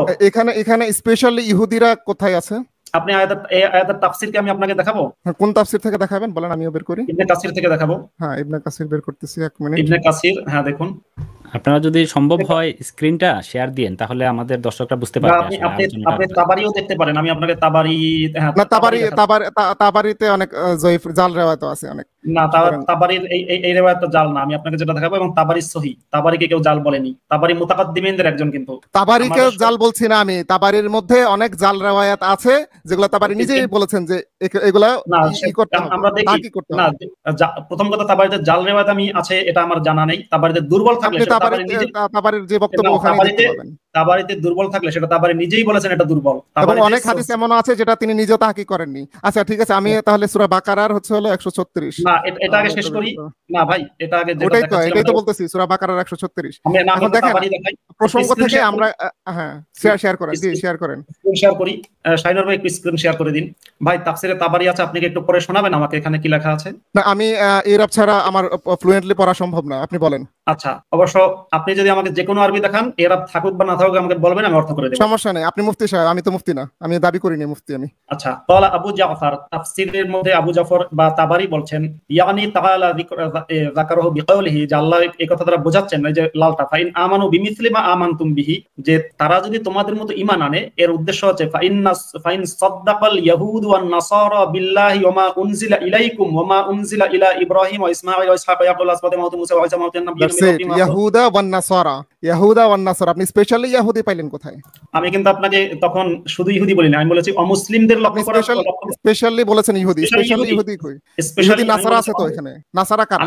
আমি কিন্তু সকল মুসলিমদের বলেছি, স্পেশালি ইহুদি বলেছি। স্পেশালি এখানে সকল মুসলিমের সাথে সাথে এখানে ইহুদি নাসারার কথাও আছে। যখন আমি বলেছি সকল মুসলিম, তখন কিন্তু তার মধ্যে ইয়াশতামিলু আলা নাসারা আইদান। আমি আপনাকে এবার আমাকে বলতে দিন, এখানে বলা হচ্ছে যেটা তাবারি বলছেন যে সাদ্দাকাল ইয়াহুদ ওয়ান নাসারা বিল্লাহ, যে আল্লাহ এবং তার আল্লাহকে যদি তারা সত্যায়ন করে বা সত্য হিসেবে মেনে নেয়, এবং তোমাদের উপর যে কিতাব নাজিল হয়েছে সেটাকে যদি মেনে নেয়, এই আকররু বিযালিকা, পুরোপুরি যদি মেনে নেয়, মিসলামা সাদ্দাকতুম আনতুম বিহি আইয়ুহাল মুমিনুনা ওয়া আকরারতুম, তোমরা যেভাবে নবীকে সত্যায়ন করেছো বা সত্য হিসেবে মেনে নিয়েছো, তাহলে ফাকাদ উকিফু ওয়া রাশিদু, তাহলে তারা উফিকু ওয়া রাশিদু, তারা হিদায়াত পেয়ে গেল, তারা সঠিক পথ পেয়ে গেল। ওকে, তারপরে আমি যাই, ওয়া ইন তাওয়াল্লাউ ফাইন্নামা হুম ফি শিকাক, ওয়া ইন তাওয়াল্লাউ, এই দেখুন, ওয়া ইন তাওয়াল্লা হাউলা ইল্লাযিনা ক্বালু লি মুহাম্মদ সাল্লাল্লাহু আলাইহি ওয়াসাল্লাম কুনু হুদান ওয়া নাসারা তাহতাদু, যারা মুহাম্মদকে বলেছিল, দেখুন মুহাম্মদ তার ধর্মের দাওয়াত দেবে, খুব স্বাভাবিক, ইহুদি নাসারাদের অধিকার আছে তাদের ধর্মের দাওয়াত দেয়া, তারা কোনো সন্ত্রাস করেনি, তাদের ধর্মের দাওয়াত দিয়েছে। যদি তারা মুখ ফিরিয়ে নেয়, ফাআরদু, এই যে আরদু,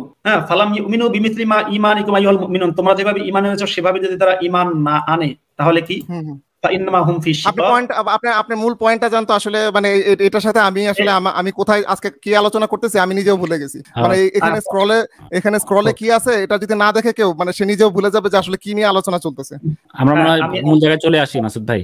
আপনারা যেহেতু সময় নিয়েছিলেন সেই জন্য আমি সময় আপনাদেরকে অ্যালাউ করছি। যেহেতু আবার দুইজনই যদি আপনারা এগ্রিড না হন, তাহলে এই টাইমটা আমি আর এগোবো না আর কি। না, আমরা যেভাবে বলছি এভাবে চলুক। দেখুন, আমি এতক্ষণ পর্যন্ত কথা বলে যেটা বুঝলাম যে মাহবুব ভাই একজন সৎ মানুষ, তিনি বিশ্বাসী মুসলিম, ঠিক আছে, কিন্তু তিনি সততার সাথে কথা বলছেন এবং অন্য অনেকের মতো আমাকে আটকে দিচ্ছেন না, আমিও চেষ্টা করছি ওনাকে আটকে না দিতে।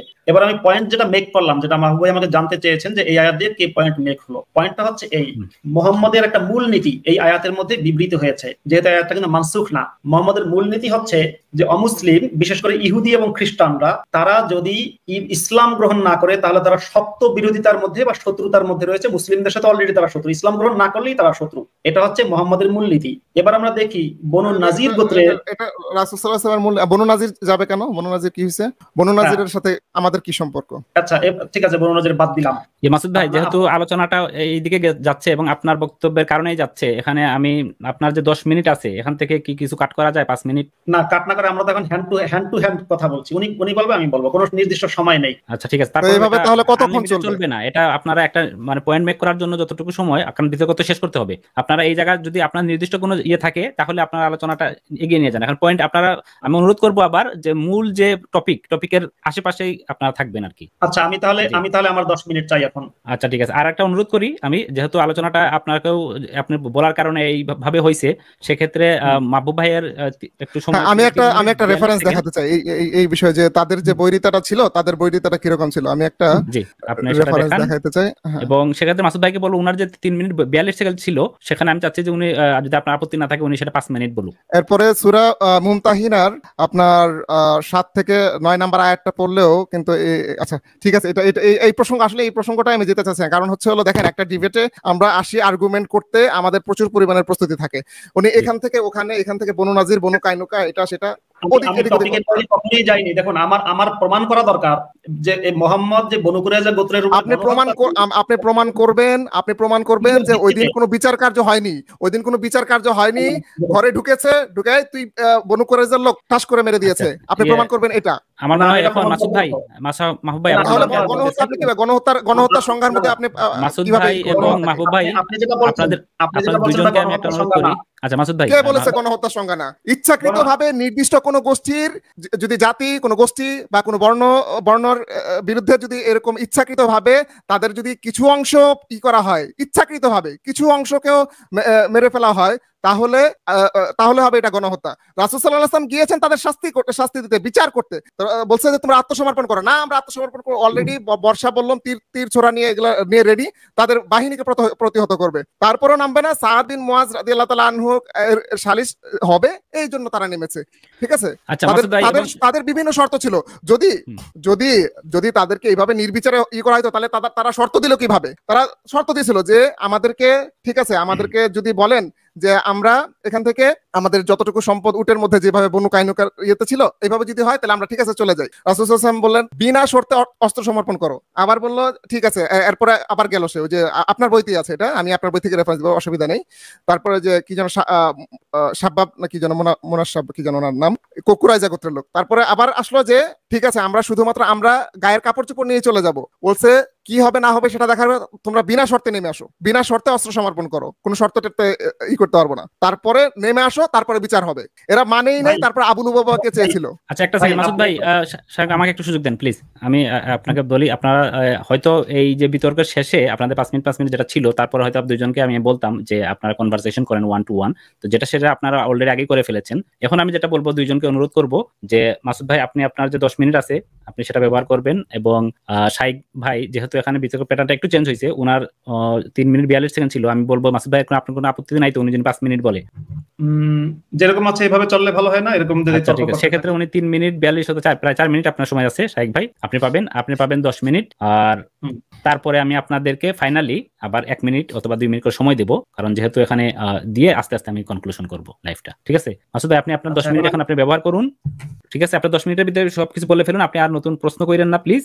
তারপরে মাহবুব ভাই আপনি 4 মিনিটের মতো পাবেন। সো নতুন আর প্রশ্ন আপনারা করে না। আচ্ছা, ওখানে নতুন প্রশ্ন কোনো করতে পারবো না। না, এখন আপনারা প্রশ্ন করলেও এটা মানে এখন কেউ যে করে ওই আপনারা এর ভিতরে যদি আপনার দেশের বক্তব্যের ভিতর দিয়ে আপনারা যা পারেন বলবেন আর কি। নতুন করে আর কেউ কাউকে ওইভাবে বাধা দেওয়ার চেষ্টা করবেন না। নতুন কোনো আর চ্যালেঞ্জ খণ্ডনের কোনো কিছু নাই। আপনি 5 মিনিট 10 মিনিট বলবেন, তারপরে আপনি 5 মিনিট বলবেন, এর ভিতরে যদি আপনি ওনাকে খণ্ডন করতে চান সেটা আপনি করতে পারবেন। তারপরে আমি আবার আপনাদেরকে একটু করে সময় দেব, যাতে ক্লোজিং এর দিকে কারো কোনো বক্তব্য থাকলে সেটাও যেন আপনারা দিতে পারেন, কারণ একজন 10 মিনিট বললো অনেকগুলো বিষয় থাকলে আপনার হাতে কোনো কিছু বলা থাকতে পারে, সেজন্য আমি আস্তে আস্তে এন্ড করবো আর কি। 2 মিনিট 1 মিনিট এভাবে আপনাদেরকে সময় দিয়ে আমি শেষ করবো, যাতে আপনারা যদি কোনো পয়েন্ট থাকে শেষের দিকেও যাতে আপনাদের কোনো পয়েন্টটা আপনারা বক্তব্যটা আপনারা দিতে পারেন। এই জন্য এখন আপনি মাসুদ ভাই 10 মিনিট বলুক, তারপরে আমরা অন্যদিকে যাব। ঠিক আছে মাসুদ ভাই, আপনি 10 মিনিট বলুন। ঠিক আছে, একটু স্ক্রিন শেয়ার দিন। আপনার 10 মিনিট শুরু হয়ে গেছে। আচ্ছা ঠিক আছে, আমি এখানে সংশয়.com থেকে দেখাচ্ছি, কিন্তু এখানে যত প্রমাণ আছে সব ইসলামিক রেফারেন্স থেকে, চাইলে ইসলামিক রেফারেন্স গুলো আমি আপনাকে দেখাবো। বনু কুরাইজার ঘটনায় আমরা ঢুকে যাই, এখানে অন্যান্য ইহুদি গোত্রদের কথা আছে। এই যে দেখুন, আমি যে কথাটা আগে বলেছিলাম, আবু সুফিয়ান বলল যে আমাদের শিবির পাকা নয়, বনু কুরাইজা ওয়াদা খেলাপ করেছে। এই যে এখানেও সেই জিনিসটা আছে। তারপরে বিশ্বাসঘাতকতার প্রমাণ কি, এখানে দেখুন রাসূলুল্লাহ একটা ঘরের দেয়ালের পাশে বসা ছিলেন। তারপর ওদের সন্ধি সম্পর্কে রাসূল সাল্লাল্লাহু আলাইহি ওয়াসাল্লাম আসমানি সংবাদ এসে যায়, তিনি কাউকে কিছু না বলে উঠে পড়েন এবং মদিনার উদ্দেশ্যে যাত্রা করেন। আল বিদায়া ওয়ান নিহায়া 148 পৃষ্ঠা, লাল দাগটা দেখুন। রাসূল সাল্লাল্লাহু আলাইহি ওয়াসাল্লাম তখনও সেখানে একদল সাহাবী সহ বসা ছিলেন। উনি আবারো বনু নাজিরের ঘটনা নিয়ে আসেন। আমি কিন্তু হাত তুলেছিলাম ভাই, উনি কিন্তু ওই যে একটু আগে যেটা বললেন বনু নাজিরের ঘটনা এখানে আসে কিভাবে? বনু নাজিরের ঘটনা দাঁড়ান দেয়ালের পাশে বসা ছিলেন, এটা তো সম্পূর্ণ বনু নাজিরের ঘটনা। ওকে সরি, আমি এটা বনু নাজিরের ঘটনা আপনি বলছেন, আপনার দাবিটা আমি মেনে নিচ্ছি, এবং আপনি দেখেন নিজেই পড়ে দেখেন, ওখানে বনু নাজিরের কথাই লেখা আছে। না ঠিক আছে সরি, আমি মিউট করে কথা বলতেছিলাম। হ্যাঁ মাসুদ ভাই, ওকে আমরা দেখতে পারি যেখানে বনু নাজির কি বলছে। যেহেতু ইতিহাসটা লিখেছে মুসলিমরা, যদি তোমরা এটা মানতে অস্বীকার করো তবে এসো আমরা নিজ হাতে আমাদের শিশু ও নারীদের হত্যা করি, এরপর অস্ত্র সজ্জিত হয়ে মুহাম্মদ ও তার সৈন্যদের বিরুদ্ধে যুদ্ধে নেমে পড়ি। অর্থাৎ তাদের কিন্তু কোনো সুযোগ ছিল না, বনু নাজির গোত্রের কিন্তু কোনো সুযোগ ছিল না। এবং আপনি যে বলছেন বনু নাজির গোত্র তারা বিশ্বাসঘাতকতা করেছে, সেক্ষেত্রে বিশ্বাসঘাতকতা করলেই কি মানে জাস্ট বিশ্বাসঘাতকতা করেছে, এক পক্ষ দাবি করেছে। আপনি কিন্তু কখনো বলতে পারলেন না যে বিচার হয়েছে, ফেয়ার ট্রায়াল হয়েছে, সাক্ষী প্রমাণ এগুলো একে অপরের কাছ থেকে নেওয়ার চেষ্টা করেছে, সেটা কিন্তু আপনি বলেননি। আপনি কেবল মুহাম্মাদের একপাক্ষিক দাবি বলেছেন। তারপরে আপনি বলেছেন মুহাম্মদ তাদেরকে নিঃশর্ত আত্মসমর্পণ করতে বলেছে, তারা আত্মসমর্পণ করেনি, কারণ তারা জানতো মুহাম্মদের যে গণহত্যার চরিত্র বা খুনের চরিত্র এটা তারা জানতো। কারণ ইতিপূর্বে মুহাম্মদ অন্যান্য ইহুদি গোত্রের সাথে কি করেছে সেটা তারা জানে, এবং ইতিপূর্বে মুহাম্মদ কাব বিন আশরাফ সহ কিছু ইহুদিদের হত্যা করেছে, ইহুদি কবিদের হত্যা করেছে, সেটাও তারা জানে। একই সাথে তারা বনু কুরাইজার লোকেরা জানতো যে মুহাম্মদ তাদের সাথে কি করবে, যে কারণে তারা নিজেদের জানমালের নিরাপত্তার জন্য তারা আবু লুবাবা নামে একজন লোককে চেয়েছিল, বা আবু লুবাবাকে মুহাম্মদ পাঠালেন বনু কুরাইজার গোত্রের দুর্গের ভেতরে। আপনি বলছেন তারা নিঃশর্ত নিচে নেমে আসবে। আরে ভাই, তারা তো ডাকাত ঢুকলে মানুষ কি করে, ঘরের দরজা জানলা বন্ধ করে, নিশ্চয়ই ডাকাত ঢুকলে তো কেউ।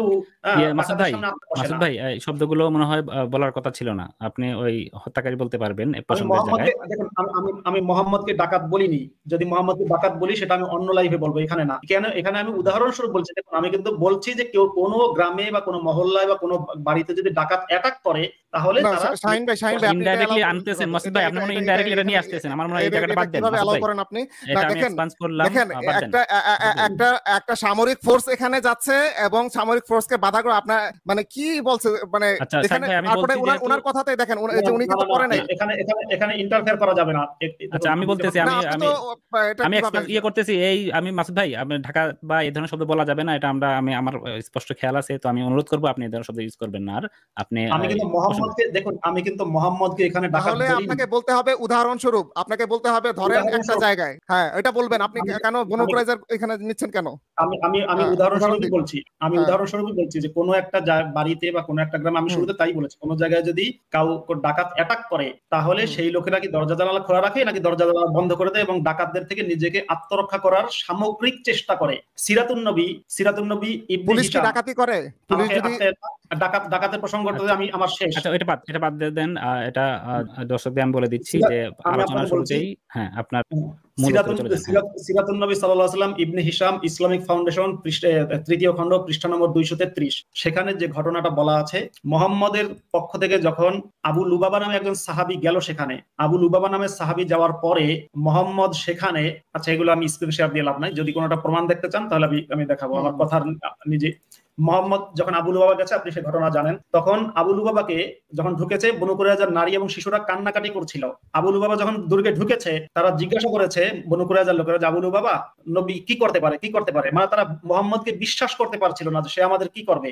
আপনি বলবেন বিশ্বাসঘাতকতা করেছে তাই বিশ্বাস করতে পারছে না, আমি বলছি বিশ্বাসঘাতকতা করেনি, বিশ্বাস করতে পারছে না কারণ তারা জানে মুহাম্মদের চরিত্র। আবু লুবাবা তখন তাদেরকে এভাবে ইঙ্গিত করেছে গলার দিকে, তখন আবু লুবাবা বুঝতে পারলো যে সে গোমর ফাঁস করে দিয়েছে। আপনি বলছেন সাদ বিন মুয়াজ ওদের গলা কাটার সিদ্ধান্ত দিয়েছে পরে, আবু লুবাবা আগেই যখন এভাবে গলার দিকে ইঙ্গিত করে দিয়েছে, তার মানে আবু লুবাবাও জানতো যে এদেরকে মুহাম্মদ জবাই করে হত্যা করবে। সাদ বিন মুয়াজ পরে সিদ্ধান্ত দিয়েছে, কিন্তু সিদ্ধান্তটা আগে থেকে যে নেওয়া ছিল সেটা আবু লুবাবার কথায় স্পষ্ট প্রমাণিত। তখন আবু লুবাবা যখন সেখান থেকে বেরিয়ে গেছে, আবু লুবাবা বুঝতে পারল আরে আমি তো গোমর ফাঁস করে দিয়েছি, এটা তো অন্যায়। তখন সে মুহাম্মদকে তো ভয় পেত, মুহাম্মদকে ভয় পেয়েছে কিংবা মুহাম্মদের আল্লাহকে ভয় পেয়েছে, যে কোনো ভয় হোক, আবু লুবাবা মসজিদের নববী দিকে নিজেকে খুঁটির সাথে বেঁধে ফেলেছে, আমি গোমর ফাঁস করে দিয়েছি, সেটা অন্যায় হয়েছে, আমি অন্যায় করে ফেলেছি।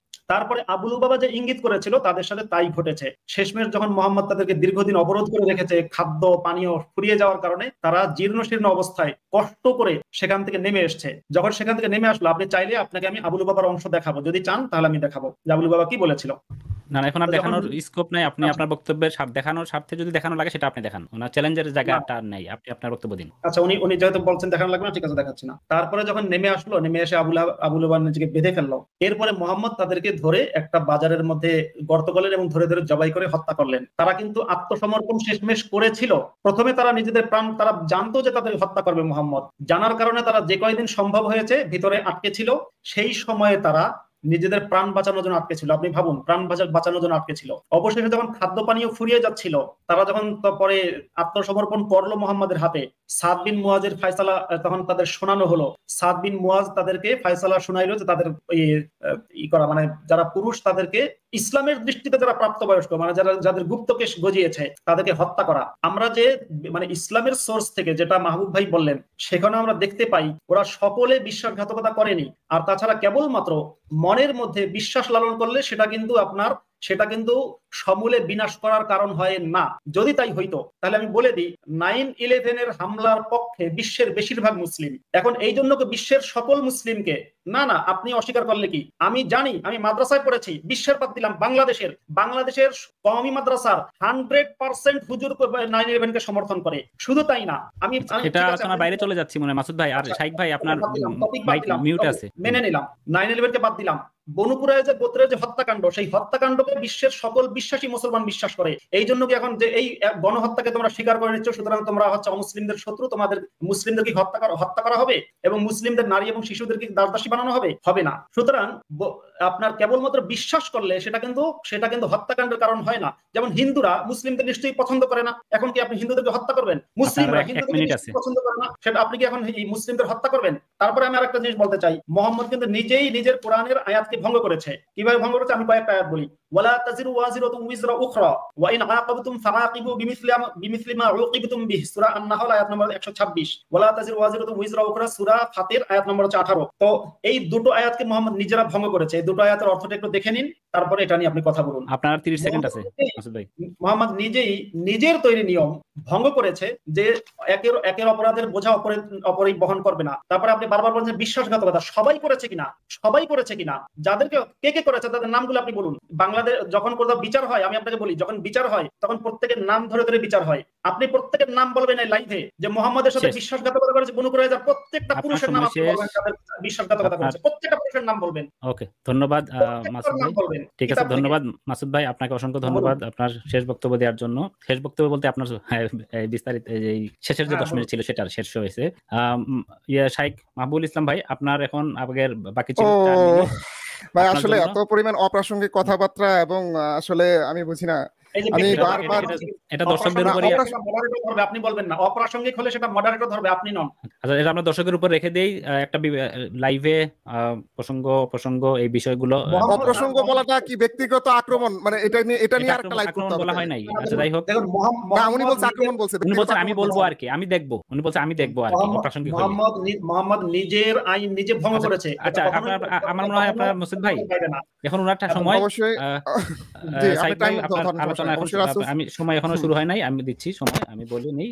উনি বলছে অপ্রাসঙ্গিক হলে আমি ধরবো, এটা বলছে উনি। অপ্রাসঙ্গিক হলে ব্যক্তিগত আক্রমণ, এটা মনে বলে নাই আর কি। যাই হোক, আমি যতটুকু বুঝছি আপনি রিভার্স করে দেখতে পারেন, সমস্যা নেই। আচ্ছা, আমার ভুল হলে সেটা দর্শকদের উপর আমি ছেড়ে দিচ্ছি।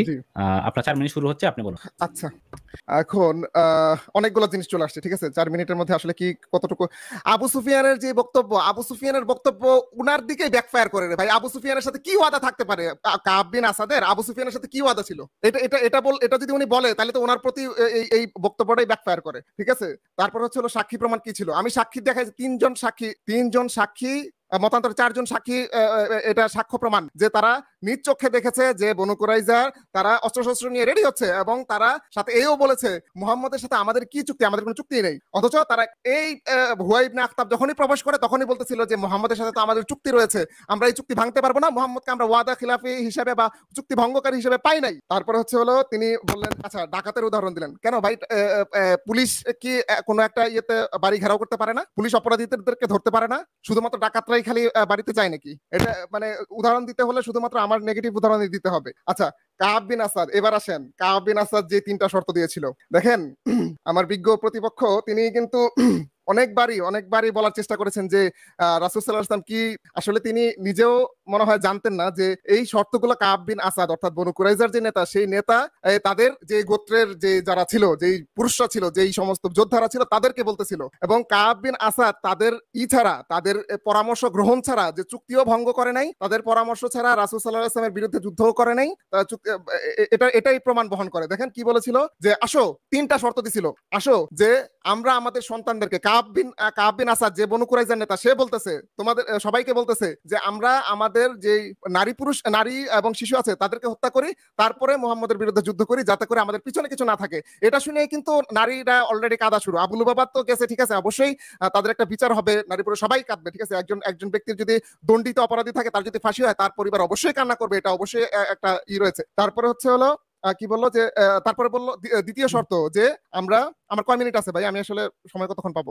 1.5 মিনিট, আরো 1.5 মিনিট আছে। আচ্ছা, তারপরে দ্বিতীয় শর্তটা যেটা দিল সেটা হচ্ছে হলো যে তাহলে প্রথম শর্তটা এটা ছিল না, এটা দ্বিতীয় শর্ত ছিল। প্রথম শর্তটা ছিল চলো আমরা দল বলে ইসলাম গ্রহণ করি, তাহলে হয়তো আমরা মুক্তি পাবো। এটা তারা ডিনাই করে যে আমরা তাওরাতের বিধান, দেখেন মনে রাখবেন, তাওরাতের বিধান আমরা ত্যাগ করবো না। তারপরে দ্বিতীয়টা ওটা দেয়। তারপর তৃতীয়টা কি দেয়? তৃতীয়টা জঘন্য একটা দেয় যে সাবাতের দিন, শনিবার দিন ইহুদিরা কোনো আক্রমণ করে না, ইহুদিরা কাজকর্ম করে না শনিবার দিন। তারা বলতেছে যে এই দিনটা আমরা ভাঙি, কারণ মুহাম্মদ নিশ্চিত থাকবে যে আমরা এই দিনে কোনো আক্রমণ করবো না। এবং রাসূল সাল্লাল্লাহু আলাইহি ওয়াসাল্লাম এটা মান্য করেছেন। রাসূল সাল্লাল্লাহু আলাইহি ওয়াসাল্লাম কিন্তু এই দিনে যদি চাইতেন তাহলে বনু কুরাইজার দুর্গে ঢুকে সবাইকে ধরে ফেলতে পারতেন। রাসূল সাল্লাল্লাহু আলাইহি ওয়াসাল্লাম চেয়েছেন একটা সুষ্ঠু বিচার, সুষ্ঠু এই জন্য তিনি সাবাতের দিনও কিন্তু কিচ্ছু করেন নাই তাদেরকে। সাবাতের দিন যদি রাসূল সাল্লাল্লাহু আলাইহি ওয়াসাল্লাম চাইতেন তাহলে বনু কুরাইজার দুর্গে যে কোনো সময় ঢুকতে পারতেন, তারা অস্ত্র হাতে নিত না, কিছু করতো না। তার মানে রাসূল সাল্লাল্লাহু আলাইহি ওয়াসাল্লামও একটা সুষ্ঠু বিচার চেয়েছেন, এখানে এটা দ্বারা প্রমাণিত। এবং রাসূল সাল্লাল্লাহু আলাইহি ওয়াসাল্লাম আমি দেখিয়েছি রাসূল সাল্লাল্লাহু আলাইহি ওয়াসাল্লামের সাল্লামের কাছে যারা প্রাণ ভিক্ষা চেয়েছে তারা প্রাণ ভিক্ষা পেয়েছে, এবং যারা বলেছে যে আমি এই বিশ্বাসঘাতকতার সাথে জড়িত না তারা মুক্তি পেয়েছে।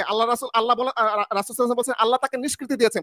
অতএব এই থেকে প্রমাণিত হয় যে বনু কুরাইজার যাদেরকেই এই শাস্তির আওতায় এনে আনা হয়েছে তারা অবশ্যই দোষী সাব্যস্ত হয়েছিল, এবং এই জন্য তাদেরকে এই করা হয়েছে। এবং এটা তাওরাতের আইন অনুযায়ীও এটা স্বতঃসিদ্ধ, মানে প্রত্যেকটা আইন অনুযায়ী তাদের তাওরাত, তারপরে হচ্ছে হলো অন্যান্য যা আছে। জি, অনেক ধন্যবাদ উভয়কে। আমি শেষ মুহূর্তে যেহেতু লাইভ শেষ করব তার আগে আমি চাচ্ছি আপনারা ছোট ছোট করে লাইভটা শেষ করি, 2 মিনিট করে দিতে চাচ্ছি, তারপর 1 মিনিট করে দেব, দিয়ে লাইভটা শেষ করে দেব। মাহবুব ভাই ঠিক আছেন তো? 1 মিনিট করে? আচ্ছা 1 মিনিট করে কি বুঝিন আমি শুনি না। আমি বলছিলাম 2 মিনিট করে দেব, তারপর 1 মিনিট করে দিয়ে শেষ, যাতে আপনাদের যেহেতু বক্তব্য বিতর্কটা এগোচ্ছে শেষের মুহূর্তে যাতে আপনার বক্তব্যের পার্সপেক্টিভ থেকে ওনার জন্য কোনো কথা থাকে সেটা যেন উনি বলতে পারে, ওনার পার্সপেক্টিভ থেকেও যদি আপনার কোনো বক্তব্য থাকে সেটা যেন আপনি বলতে পারেন, সেই জন্য এই ব্যবস্থা, আর কোনো কিছু না। 5 মিনিটে সময় দেব আপনাদেরকে। মাসুদ ভাই আপনি 2 মিনিট বলেন, তারপরে শাইখ ভাই আপনি 2 মিনিট বলবেন। হ্যাঁ মাসুদ ভাই আপনার টাইম সেট করে নেই। হ্যাঁ আপনার সময় শুরু হচ্ছে 2 মিনিট। হ্যাঁ একটু স্ক্রিন শেয়ার দিন। আমি আসলে ওনার একটা কথা উনি বলেছেন সেটা একটু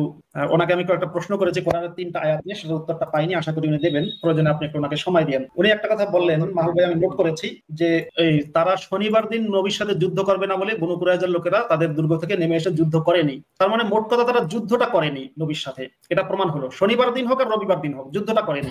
এবং ততক্ষণে আহজাব চলে গেছে, যেখানে আহজাব থাকা অবস্থায় তারা সাহস পায়নি, ততক্ষণে আহজাব বা সম্মিলিত বাহিনী চলে গেছে, তখন মদিনা রাষ্ট্রে বসে মুহাম্মাদের সাথে যুদ্ধ করবে এই সাহসটাই তাদের ছিল না। তাদের মধ্যে কিছু প্রস্তাব উঠেছে, কি করবো, চলো আমরা নিজেদের সন্তানকে মেরে ফেলি, চলো আমরা ওদের সাথে যুদ্ধ করি, কিছু প্রস্তাব উঠেছে, কিন্তু লাস্ট মুহূর্তে তারা যুদ্ধ করেনি, অস্ত্র পরিত্যাগ করেছে, এটা প্রমাণিত, মাহবুব ভাইয়ের কথাই প্রমাণিত। তারপর তিনি বলছেন রাসূল চাইলে সেদিনই তাদের মারতে পারতেন না, তারা তাদের দুর্গের মধ্যে বন্দী করে আটকে রেখেছিল নিজেদেরকে, যে কারণে মুহাম্মদ চাইলে দুর্গের দরজা ভেঙে ঢুকতে পারতেন না, ঢুকতে চেষ্টা করেছেন কিন্তু পারেননি, পরে তারা নেমে এসেছে। তারা জানে উপায় নেই, মরতে হবে, আজ হোক কাল হোক মরতে হবে, জানে।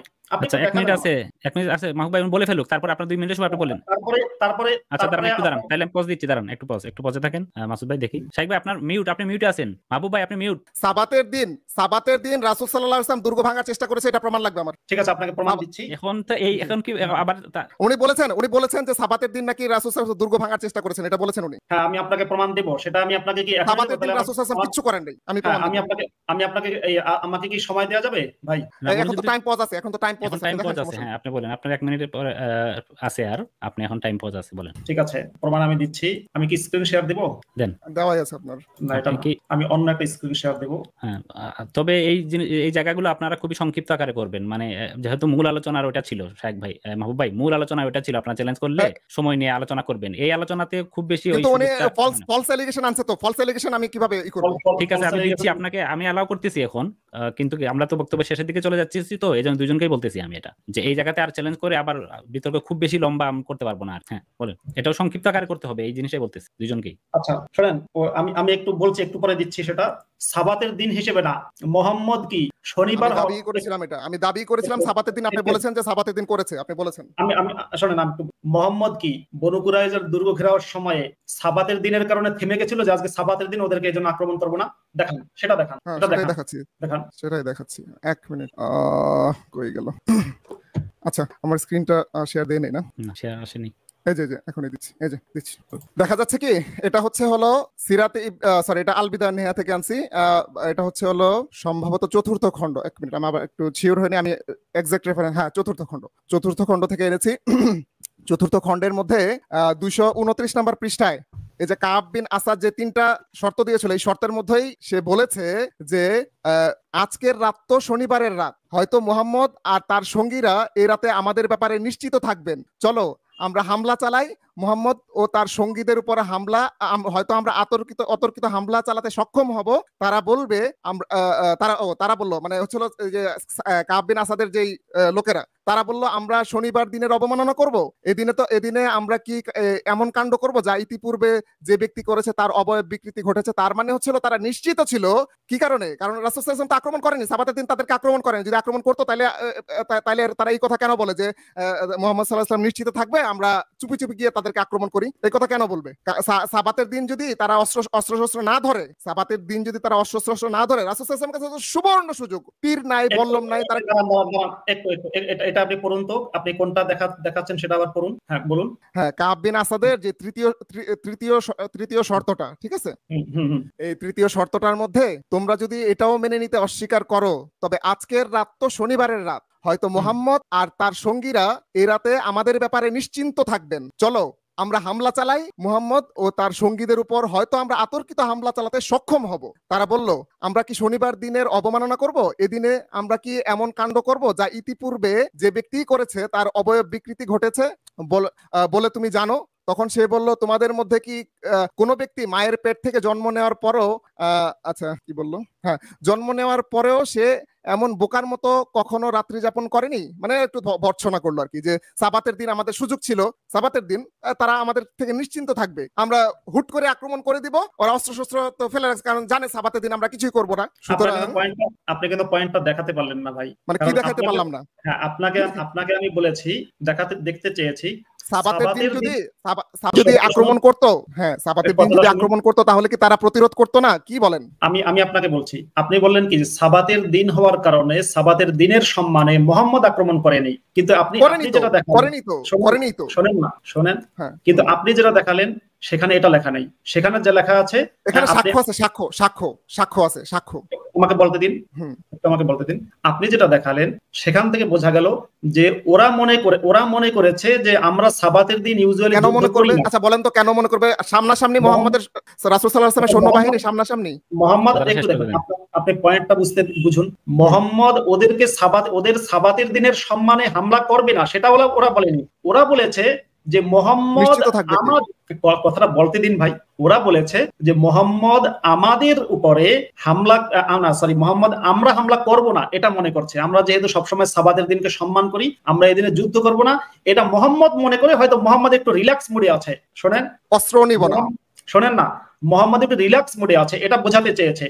এই সুযোগে আমরা অতর্কিত আক্রমণ করি, কিন্তু মুহাম্মদ তাদের সাবাতের দিনের সম্মানে যে আমরা আজকে সাবাতের দিন ইহুদিদেরকে আক্রমণ করব না, এই কথা বলেছে, আপনি দেখাতে পারেননি। আমি সম্মানে বলি নাই কখনো, আমি বলছি রাসূল সাল্লাল্লাহু আলাইহি ওয়াসাল্লাম ইচ্ছা করলেই ওই দিন আক্রমণ করে ফেলতে, কারণ তারা তো অস্ত্র ধরবে না, তারা কাজই করে না কোনো। একটু মুহাম্মদ ওই দিন ইচ্ছা করলে আক্রমণ করতে পারতেন, সেটা আমাকে দেখান। আজীব কাহিনী, সে নিজেই বলতেছে, কাব বিন আসাদ নিজেই বলতেছে। না দেখাবেন তো। আপনি যে পয়েন্টটা দেখালেন, শুনুন একটু, আমাকে বলতে দিন। আপনি যে পয়েন্টটা দেখালেন সেখান থেকে যেটা বোঝা গেল, ওরা নিজেরা ভেবেছে যে মুহাম্মদ, কিভাবে ভেবেছে বল না, কারণ রাসূল সাল্লাল্লাহু আলাইহি ওয়াসাল্লাম সৈন্যবাহিনী ইন ফ্রন্ট অফ দ্য বনু কুরাইজা দুর্গ, একেবারে সামনে তারা দেখতেছে। আপনি বলতেছেন যে তারা কিভাবে অনুমান করলো? আপনি শুধু আমাকে এটুকু বলুন যে মুহাম্মদ, আমি আপনাকে আবারও বলছি, মুহাম্মদ সাবাতের দিনের সম্মানে ওই দিন ওদের দুর্গে ঢোকেনি। সম্মানের কথা আমি বলিই নাই, সম্মান বাদ দিলাম। সাবাতের দিন হওয়ার কারণে ইহুদিদের দুর্গে মুহাম্মদ মানে চাইলে ঢুকতে পারতো, কিন্তু ঢোকেনি, এটা আপনি দেখান। আচ্ছা, আমার প্রশ্নের উত্তর দেন। সাবাতের দিন কি সাবাতের দিন কি ইহুদিরা অস্ত্র ধরে তুলে? ইহুদিরা, আমি তো ইহুদিদের প্রসঙ্গে যাচ্ছি না। অস্ত্র না তুললে একটা নিরস্ত্র জাতির উপর তো এমনিতেই ঝাঁপায় পড়া যায়। এরা ধরবে না, এরা যতই হোক ধরবে না, তাই এমনি ঝাঁপায় পড়া যায় না। এমনি ওটাই আপনি বললাম, আপনি আমাকে বলুন। আমি যখন বলেছিলাম, তাদেরকে মুহাম্মদ কয়দিন অবরুদ্ধ করে রেখেছিল? 25 দিন। তাহলে আপনি যে বলছেন কয়টা সাবাত হয়? হ্যাঁ, 25 দিন অনেকগুলো হয়, কিন্তু শোনেন, একটু শুনবেন তো। 25 দিনে 3টা সাবাত হওয়ার কথা, কিন্তু মুহাম্মদ 25 দিন পর্যন্ত অবরুদ্ধ করে রেখেছে, সাবাতের সম্মানে শুধু একটা দিন ঢোকেনি, এটা আপনি বলছেন। ওকে, পয়েন্ট মেক করছি আমি। এই বাকি সাবাতের দিন ছাড়া, আমার পয়েন্টটাই ছিল এটা, সাবাতের দিন ছাড়া ওরা তো অস্ত্র নিয়ে বসে আছে রে ভাই, তীর বল্লম নিয়ে বসে আছে, তীর মারতেছে। সাবাতের দিন এরা কিচ্ছু ধরে না, এরা নিজেদের স্বীকারোক্তি। সাবাতের দিন এরা কিচ্ছু করে না, তাহলে 25 দিন তো রাসূল সাল্লাল্লাহু আলাইহি ওয়াসাল্লামের সৈন্যবাহিনী যাইতেই পারে নাই। রাসূল সাল্লাল্লাহু আলাইহি ওয়াসাল্লাম একজন সেনা মারা গেছে, কাছাকাছি যাইতে পারে নাই। একটু দাঁড়ান, তাহলে এই যে 3টা সাবাত গেল এই 25 দিনের মধ্যে, এই 3টা সাবাতে আপনি বলছেন যে মুহাম্মদ চাইলেই তাদের প্রমাণিত হয়, এটা ইনডাইরেক্টলি প্রমাণিত হয়। এটা আপনি কিন্তু একটু আগে ইনডাইরেক্টলি শব্দটা আমি প্রথম যখন বলেছি ইনডাইরেক্ট শব্দটা, লাইভটা কিন্তু রেকর্ডেড। ইনডাইরেক্ট শব্দটা আপনি এখন যুক্ত করেছেন আপনার নিজের ব্যাখ্যা। কথা। আচ্ছা, আমার মনে হয় আপনাদের এই পয়েন্টটা শেষ হয়ে গেছে, আমার মনে হয় এই পয়েন্টটা কি শেষ? এখন যে হয়নি, ইনডাইরেক্টলি যেটা বোঝা যায় এখন যুক্ত করেছি, এটা সমস্যা নাই, কিন্তু আমার আগের যে পয়েন্টটা মেক ছিল, আমার পয়েন্টটা মেক ছিল এইভাবেই, আমার পয়েন্টটা মেক করেছিলাম আমি এইভাবে যে যদি ইনডাইরেক্টলি যেটা বোঝা যায় সেটা কোন ইসলামের স্কলার বলেছে আপনি দেখান। আপনি এটা কি কমন সেন্স, মানুষের কমন সেন্স ব্যবহার করা যাবে না? ওকে, ফাইন। আমার মনে হয় এখানে রেখে দিতে পারি আমরা। মাসুদ ভাই আপনার 1 মিনিট। না, কমন সেন্সে আসে না, কারণ যখন 25 দিন ধরে আপনি রেখেছে আলোচনা এখন আমরা হাইপোথেটিক্যাল জায়গায় চলে গেছি। তো আমি কমন সেন্সে গণহত্যা প্রমাণ করছি না। অবশ্যই আপনি এখনো পর্যন্ত প্রমাণই করতে পারেন নাই কিছু। এটা আমরা শেষ বক্তব্য শুনবো। আমরা এখন একটু মাসুদ ভাই আপনি আপনার 1 মিনিটে আবার আপনার বক্তব্যটা প্রিসাইজ করে আপনি আবার মূল জায়গায় চলে আসেন। এতটুকু সময় দেওয়া হয়েছে, জাস্ট আপনার যেহেতু চ্যালেঞ্জ করেছিল মাহবুব ভাই, এখন আপনার 1 মিনিট আছে, এখানে এই বক্তব্য চ্যালেঞ্জ সহ এটা আপনি শেষ করেন। আমি ওনাকে বারবার যে কথাটা বলেছি যে উনি এটা আমাকে বলতে পারলেন না যে ধরুন কোন ব্যক্তিকে হত্যা করা হচ্ছে, এটা অত্যন্ত গুরুতর সিদ্ধান্ত, তাহলে হত্যা করতে হলে বা ফাঁসি দিতে হলে সেই ব্যক্তির সম্পর্কে যুক্তি তর্ক প্রমাণ লাগবে, সেই ব্যক্তি কি কি অপরাধ করেছে সেটার একটা ডাটা লাগবে। বনু কুরাইজার যে 800 বা 900 লোককে হত্যা করা হলো, আমাকে মাহবুব ভাই একটু দয়া করে তাদের প্রত্যেকের নামগুলো বলবেন এবং তারা কি কি অপরাধ করেছে সেগুলো বলবেন, এবং যারা যারা অপরাধ করেছে তাদেরকেই কি শাস্তি দিয়েছে নাকি যারা অপরাধ করেনি তাদেরকেও শাস্তি দিয়েছে। তাছাড়া নারী এবং শিশু, আপনি বলছেন যে দেশদ্রোহিতা, আচ্ছা আমি জিজ্ঞাসা করতে চাই, বাংলাদেশে যদি কেউ রাষ্ট্রদ্রোহী হয় তাহলে তার স্ত্রী, তার পুত্র এবং তার কন্যা, তার মা, এদেরকে কি দাসী বানানো হয় কিনা? যদি আপনি বলেন যে না সেখানে নারী এবং শিশুরা অংশগ্রহণ, আপনি নিশ্চয়ই জানেন নারী এবং শিশুদের হত্যা করেনি, তাহলে নারী এবং শিশুদেরকে দাস বানালো কেন? এই ব্যক্তি কি সর্বকালের সর্বশ্রেষ্ঠ মহামানব আপনি বলতে চাইছেন? থ্যাংক ইউ মাসুদ ভাই, শেষ, আপনার বক্তব্য শেষ। শাইখ ভাই আপনি এখন আপনার 2 মিনিট পাবেন। ঠিক আছে, আমি আবার বলছি, আবার একটা প্রশ্ন করি, প্রশ্নটা উনি ভুলে যাবেন, বারবার প্রশ্ন করি, যাদেরকে হত্যা করা হয়েছে তাদের প্রত্যেকের নাম, প্রত্যেকের অপরাধের ধরন আমি জানতে চাই। এগুলা তো আর এখন শেষ বক্তব্যে কি আসবে আমি জানি না। আচ্ছা, থাকতে হবে, কারণ কি শুনেন, বদর যুদ্ধে নিহত প্রত্যেকের নাম আছে ইতিহাসে, উহুদ যুদ্ধে নিহত প্রত্যেকের নাম আছে। আচ্ছা ঠিক আছে, আপনি বলেছেন, ধন্যবাদ শাইখ ভাই। মাহবুবুল আমিন ভাই আপনার 2 মিনিট শুরু হলো। আচ্ছা, উনি আসলে এমন কিছু জানতে চাচ্ছেন যেগুলো আসলে নিজেও দেখাতে পারবেন না, ঠিক আছে? তো সুতরাং এই সমস্ত মানে মাসুদ ভাই আপনি আর ইন্টারাপ্ট করেন না। মাসুদ ভাই আপনি আবার আপনার কাছে আবার আপনি পয়েন্টগুলো লিখে রাখেন, শেষে আপনার কাছে 1 মিনিট যাব, তারপর ওনার কাছে যাব, তারপরে আমি শেষ করে দেব লাইভ শুরু করে। আপনি এখন আর করেন না, যেটা উনি নিজে করতে পারবেন না সেটা আমার উপর চাপিয়ে দিচ্ছেন। একটা সেকেন্ড আমি আবার রিসেট দিচ্ছি, দাঁড়ান আপনি। হ্যাঁ মাসুদ ভাই শুরু করুন। যেটা উনি নিজে করতে পারবেন না সেটা আমার উপর চাপিয়ে দিচ্ছেন। আর হচ্ছে হলো, আমি প্রমাণ করেছি যে যারা নিরপরাধ ছিল তাদেরকে মুক্ত করে দেওয়া হয়েছে। প্রমাণ করেছি, আমি প্রমাণ পেশ করেছি। আপনি পারলে প্রমাণ করেন যে কেউ একজন বলেছে যে আমি নিরপরাধ, তারপরে তাকে ফাঁসি দেওয়া হয়েছে বা তাকে হত্যা করা হয়েছে, আমি প্রমাণ করেছি। সুতরাং এরকম উদ্ভট কথাবার্তা বললে আর আচ্ছা উনি কি আর্গুমেন্ট আনলেন? ফাঁসি দেওয়ার বিষয়। আচ্ছা, দাসদাসীর বিষয় আনলেন। দাসদাসীর বিষয় একটা সম্পূর্ণ আলাদা একটা টপিক। ইসলামে দাসদাসী প্রথা এখনো পর্যন্ত জায়েজ আছে, এখন এটা কিভাবে আছে, কেমনে আছে, ইসলামের দাসদাসী প্রথা কি, এটা নিয়ে আলাদা একটা টপিক হতে পারে।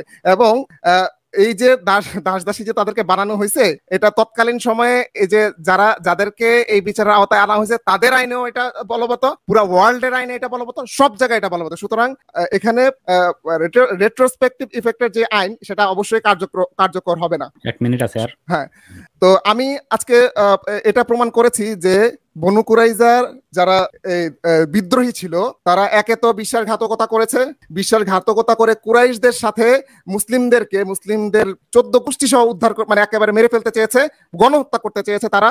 কারণ তাদের সাথে তো মুসলমানদের চুক্তি, তাদের সাথে তো আবু সুফিয়ানের কোনো চুক্তি নেই। আবু সুফিয়ানের সাথে আবু সুফিয়ান কেন বললো যে তারা ওয়াদা খেলাপ করেছে? তার মানে তারা গোপনে আতাত করেছে, এই জন্যই আবু সুফিয়ান বলেছে। হ্যাঁ, সুতরাং আমি এবং সাদ বিন মুআজ রাদিয়াল্লাহু আনহু শুধুমাত্র যারা যোদ্ধা, দুর্গ থেকে যারা নেমে এসেছিল, দুর্গের মধ্যে যারা যোদ্ধা ছিল তাদেরকেই ফাঁসির আদেশ দিয়েছেন, যোদ্ধাদেরকে, এবং নারী ও শিশুদেরকে বন্দী করতে বলেছেন। জি, ধন্যবাদ। অসংখ্য ধন্যবাদ মাসুদ ভাই। আপনার দুইজনকে আমি অনুরোধ করব, লাইভ তো শেষ করতে হবে, এখন আপনি আপনার 1 মিনিটের বক্তব্য এটা আমি দিলাম কারণ যাতে আপনারা সুযোগটা পান, এবং আপনাদের দেখে মনে হচ্ছে দুইজনই মাত্র ডিবেটটা শুরু করছেন, দুইজনেরই খুব এনার্জি লেভেল খুব হাই দেখতে পাচ্ছি, কিন্তু লাইভের সিস্টেমের যে লাইভটা তো শেষ করতে হবে, বুঝছেন? জানি না, যাই হোক 1 মিনিট সময় মাসুদ ভাই প্লিজ। আর নতুন কোনো প্রশ্ন করবেন না, কোনো চ্যালেঞ্জও করবেন না, আপনার 1 মিনিটেই আপনি বলবেন প্লিজ। উনি বললেন যে আমিও দেখাতে পারবো না। দেখুন, আমি যেখানে বললাম এটা গণহত্যা, আমি তার কাছে চেয়েছি প্রমাণ। এখন আমি কি প্রমাণ দেখাবো যে বনু কুরাইজার লোকেরা বিশ্বাসঘাতকতা করেছিল, এবং সেটা আমি কি আমার বিপরীত প্রমাণ দেখাবো নাকি রে ভাই? এটা তো মানে এটা রীতিমতো খুব মানে ছেলে মানুষই আবদার হয়ে গেল। দ্বিতীয় বলছেন যে ওয়ার্ল্ড আইনে প্রমাণিত, ওয়ার্ল্ড আইনে নাকি প্রমাণিত যে এভাবে যদি কেউ বিশ্বাসঘাতকতা করে তবে তাদের নারী এবং শিশুদেরকে নাকি দাসদাসী বানিয়ে ফেলতে হয় বা তাদেরকে হত্যা করতে হয়। ভাই কোন ওয়ার্ল্ড আইনে প্রমাণিত সেই ওয়ার্ল্ডটা আমি দেখতে চাই। তারপর উনি বলছেন যে জেনেভা কনভেনশন এখানে চলবে না। তা আমরা মোহাম্মদের মতো একটা ব্যক্তি, সে এরকম বর্বর পূর্ব যুগের বর্বর আইনে বিচার করেছে এটা, এবং সে নাকি সর্বকালের সর্বশ্রেষ্ঠ মহামানব, এটা এগুলো বলার দরকার নেই মাসুদ ভাই, এগুলো তো বলার কথা না, বুঝছেন? এটা কিভাবে আপনি আবার ইয়ে করলেন, আমি এটাও এক্সপান্স করলাম মাসুদ ভাই, আপনি আর সময় নাই, বেশি সময় নাই, 10 সেকেন্ড আছে। তারপরে বলছে যে এই বনু কুরাইজা লোকেরা তাদের সকলকে সমস্ত মুসলমানকে মেরে ফেলতে চেয়েছে। ভাই মেরে ফেলেছে কিনা, আপনার টাইম শেষ, যুদ্ধ করেছে কিনা, ধর্ষণ করেছে কিনা? না না না, আপনার অসংখ্য ধন্যবাদ মাসুদ ভাই, সময় শেষ। দাঁড়ান মাহবুবুল ভাই, আপনার 1 মিনিট শুরু, লাইভটা শেষ করতে হবে। হ্যাঁ জি, দেখেন আমি শেষেরটা দিয়ে শুরু করি, এটা মনে হয় টাচ করা হয় না, যে বাংলাদেশ মানে এখনো পর্যন্ত আইনে এটা এমন না যে ইন্টেন্ট, মানে আপনি যদি চেষ্টাও করেন, সহযোগিতাও করেন, ঠিক আছে, এটাও একটা অপরাধ। আপনি যদি হত্যার অনেককে ফাঁসি দেওয়া হয় যারা হত্যা সরাসরি করে নাই, কিন্তু হয়তো বা পাহারা দিয়েছে অথবা দড়ি ধরেছে বা কিছু একটা করেছে, এরাও কিন্তু হত্যার অপরাধী। সুতরাং এখানে এটা বললে হবে না যে কে গিয়ে মেরেছে, কে গিয়ে এটা দেখাতে হবে। তারা সবাই মিলে যুদ্ধের প্রস্তুতি নিয়েছে, এবং তাদেরকে যখন যাওয়া হয়েছে, তাদেরকে বিচার করতে যাওয়া হয়েছে, তখন তারা রাসূল সাল্লাল্লাহু আলাইহি ওয়াসাল্লাম প্রতিহত করেছে, গালাগালি করেছে, এবং মানে তারা এটা যদি প্রমাণ চাই আমি প্রমাণ দিব, সময় দিয়েন। তারা অপেক্ষা করছিল, যে 25 দিন অবরোধের কথা বলছে না, তারা অপেক্ষা করতেছিল যে খাইবার থেকে কোনো সাহায্য আসে কিনা। খাইবার থেকে যদি কোনো সাহায্য আসতো তাহলে আমরা একবারই শেষ করে দিতে পারবো। এটা যদি উনি এখন প্রমাণ চায় আমি প্রমাণ দিতে পারবো, সমস্যা নেই। আর সময় শেষ, আপনারও প্রমাণের টাইম নেই, অলমোস্ট টাইম ডান শেষ। আচ্ছা দাঁড়ান, যাই হোক শোনেন, না আপনাদের সময় তো দুইজনেরই শেষ, আর কোনো বক্তব্য নাই, বুঝছেন? এখন যাই হোক, ভালো হয়েছে দুই পক্ষই আপনারা বলছেন।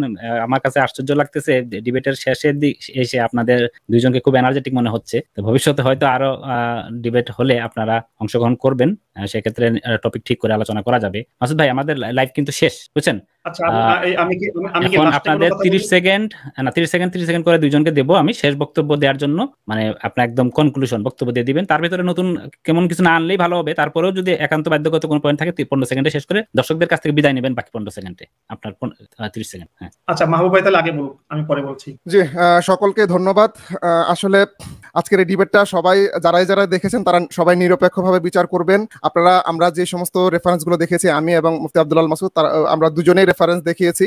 আপনারা এগুলো বিচার করবেন, আমাদের যুক্তিগুলো কে কার যুক্তি খণ্ডন করেছে, কে কতটা ভালো যুক্তি দিতে পেরেছে, এবং কার পক্ষে কে সত্যের বেশি কাছাকাছি, আপনারা সবাই এটা বিচার করবেন এবং রেফারেন্স গুলো ভালো মতো চেক করবেন। এবং মানে পুরো ঘটনাটা না জেনে আসলে কেউ করবেন, আগে পুরো ঘটনাটা পড়ুন, ঘটনার নেপথ্যের কাহিনী পড়ুন, এবং আপনারা নিরপেক্ষভাবে যাচাই করুন, বিচার করুন। সবাইকে অসংখ্য ধন্যবাদ।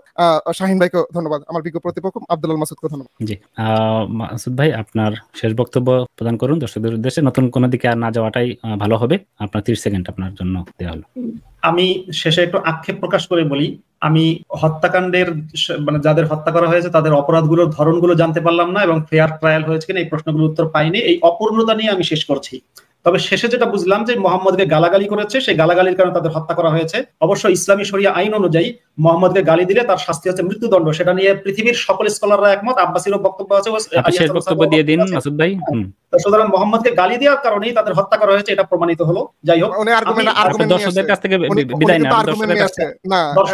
শাহিন ভাই উনি আর্গুমেন্ট দিলেন, এটা উনি প্রমাণ করবেন যে গালি দেওয়ার কারণেই তাদেরকে হত্যা করা হয়েছে, এটা তাহলে ওনা প্রমাণ করতে হবে। আপনাদের দুইজনে একসাথে শেষ করেন, আপনাদের দুইজনে একসাথে শেষ করেন। না, আমি কিন্তু লাস্টের বক্তব্যে কোনো প্রকার আমি জাস্ট দর্শকদের উদ্দেশ্যে কথা বলেছি। উনি শেষে 15 সেকেন্ড দিয়েছিলাম, আমি 15 সেকেন্ডে আর্গুমেন্ট দেন, 15 সেকেন্ডে বিদায়ী বক্তব্য নেন। আপনি দেন নাই, ঠিক আছে, কিন্তু মাসুদ ভাই দিছে আর কি। আচ্ছা, আমি এবার আমার বাকি 15 সেকেন্ড নিচ্ছি। বাকি 15 সেকেন্ড আমি বলবো যে দেখুন, এটা খুবই দুঃখজনক, শেষ হয়ে গেছে অলমোস্ট। আমাকে 15 সেকেন্ড দেন, আমি কোনো আর্গুমেন্ট। আচ্ছা 15 সেকেন্ড দেন। হ্যাঁ, ইন্টারাপশনের জন্য হয়তো কি হইছে। হ্যাঁ ওকে, বিদায় নেন, 15 সেকেন্ডে বিদায় নেন দর্শকদের কাছে। যারা দেখেছেন তাদের কাছে আমি বলবো যে অত্যন্ত আফসোস এই যে আমার সামনে যে আমার বিজ্ঞ প্রতিপক্ষ আছেন, তিনি নিজের ইচ্ছায় না, নিজের ইচ্ছার বাইরে মাদ্রাসায় পড়ার কারণে এমন কিছু বিশ্বাস করছেন যে বিশ্বাসটা মানব জাতির জন্য উপকারী নাকি ক্ষতিকর সেটা আপনারা বিচার করবেন। আমি একটা গণহত্যার বিপক্ষে, উনি সেটাকে সুবিচার মনে করছেন। ওনার জায়গা থেকে ওনাকে আমি ভুল বলছি না, উনি ওনার বিশ্বাসের জায়গা থেকে ঠিক আছেন, কিন্তু আমি মনে করি এটা গণহত্যা। আচ্ছা, তারপরে হচ্ছে বিষয় যে আজকের লাইভে আমি আরেকটা লাইভের জন্য যারা স্কলার আছে, ইসলামিক স্কলার, তাদের সকলকে আহ্বান জানাচ্ছি। বনু নজির নিয়ে এবং বনু কুরাইজা নিয়ে আরো লাইভ হতে পারে, সেটা ডিবেটের এক ধরনের আমি বলতে পারি চ্যালেঞ্জ বলেন কিংবা আমি আহ্বান বলেন, যেটাই বলেন আমি করে যাচ্ছি। আর যারা এতক্ষণ ধৈর্য ধরে শুনেছেন তাদের সকলকে ধন্যবাদ। ধন্যবাদ আমার বিজ্ঞ বন্ধু শেখ মাহবুবুল আমিন, যিনি অত্যন্ত সুন্দর করে কথা বলেছেন, আমি অস্বীকার করব না। হ্যাঁ, যদিও সামান্য কোনো জায়গায় কিছু কিছু হয়েছে, সেটা হতেই পারে, কিন্তু তবুও ওভারঅল উনি ভালো আলোচনা করেছেন, মানে উনি ধৈর্য ধারণ করে কথা বলেছেন। শাহিনুর ভাই, আপনাকেও ধন্যবাদ। ধন্যবাদ সকল দর্শক। অসংখ্য ধন্যবাদ। মাহবুব ভাই, আপনি যদি শেষ মুহূর্তে 15 সেকেন্ডে যদি আপনি দর্শকদের কাছে আবার কিছু বলতে চান বিদায় নিয়ে।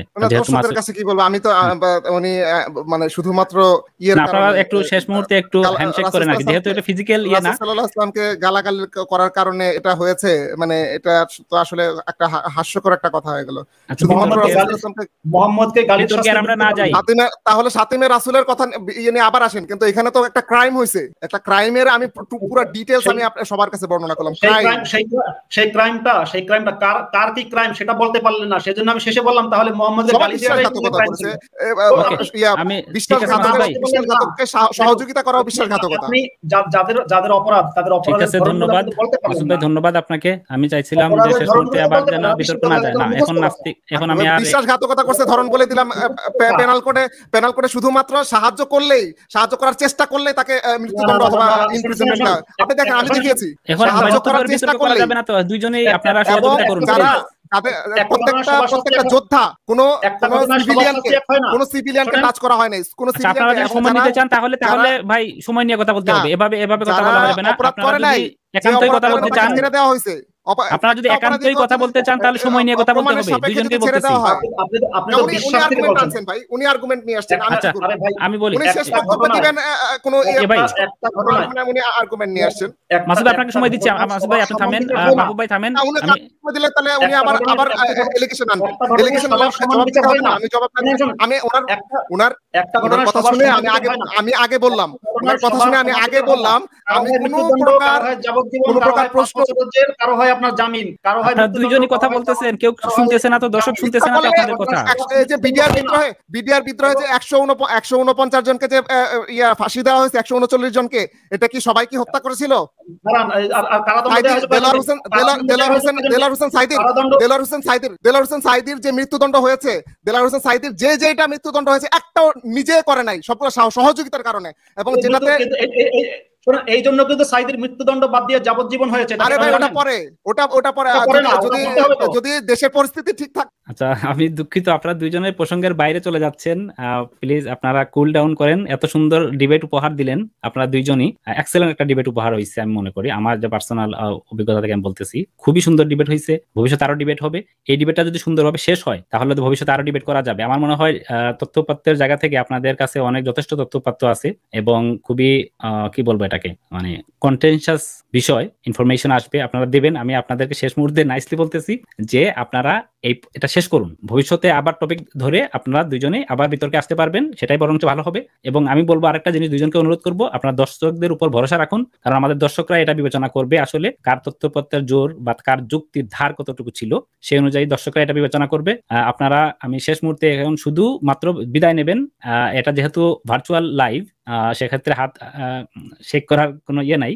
তারপরেও আপনারা একজন আরেকজনের সাথে হ্যান্ডশেক করে নিয়ে লাইভটা শেষ করি, ভবিষ্যতে আবার লাইভ করা যাবে, বুঝছেন? আমি দুইজনকে অনুরোধ করতেছি প্লিজ এখন সুন্দরভাবে। আমি কিন্তু শেষ করেছিলাম, আপনি দেখেছেন। যাই হোক, আমার কথা শেষ, আমি বিদায় দিচ্ছি। ধন্যবাদ মাসুদ ভাই, ধন্যবাদ মাহবুব ভাই। আমরা দুইজনকেই তাহলে আমি অসংখ্য ধন্যবাদ জানাচ্ছি লাইভে আসার জন্য, বক্তব্য দেওয়ার জন্য। এবং আমি দর্শকদেরকে অনুরোধ করব, আপনারা লাইভটা প্রয়োজন আবার শুনবেন, দেখবেন। দুইজনকে যা আপনারা বিচার বিবেচনা করবেন, তাদের যুক্তি, তাদের তথ্যপাত্র, সেটার উপর ভিত্তি করে। এবং যারা সাথে ছিলেন আপনারা দুইজনকে সহযোগিতা করার জন্য অসংখ্য ধন্যবাদ। দর্শকবৃন্দ, আপনারা যারা এই ধরনের লাইভ আরো দেখতে চান, আপনারা আমাদেরকে দারেশনাল প্ল্যাটফর্মের ইনবক্সে আপনারা মেসেজ করতে পারেন এবং আশা করব ভবিষ্যতে হয়তো আরো এই ধরনের লাইভ আসবে। আজকে আমি আর খুব বেশি লম্বা করব না। যারা শেয়ার করেছেন লাইভটি, যারা কমেন্ট করেছেন, যারা সাথে ছিলেন, সবাইকে অসংখ্য ধন্যবাদ। আজকের লাইভটা এখানে শেষ করছি। সবাই ভালো থাকবেন। শুভ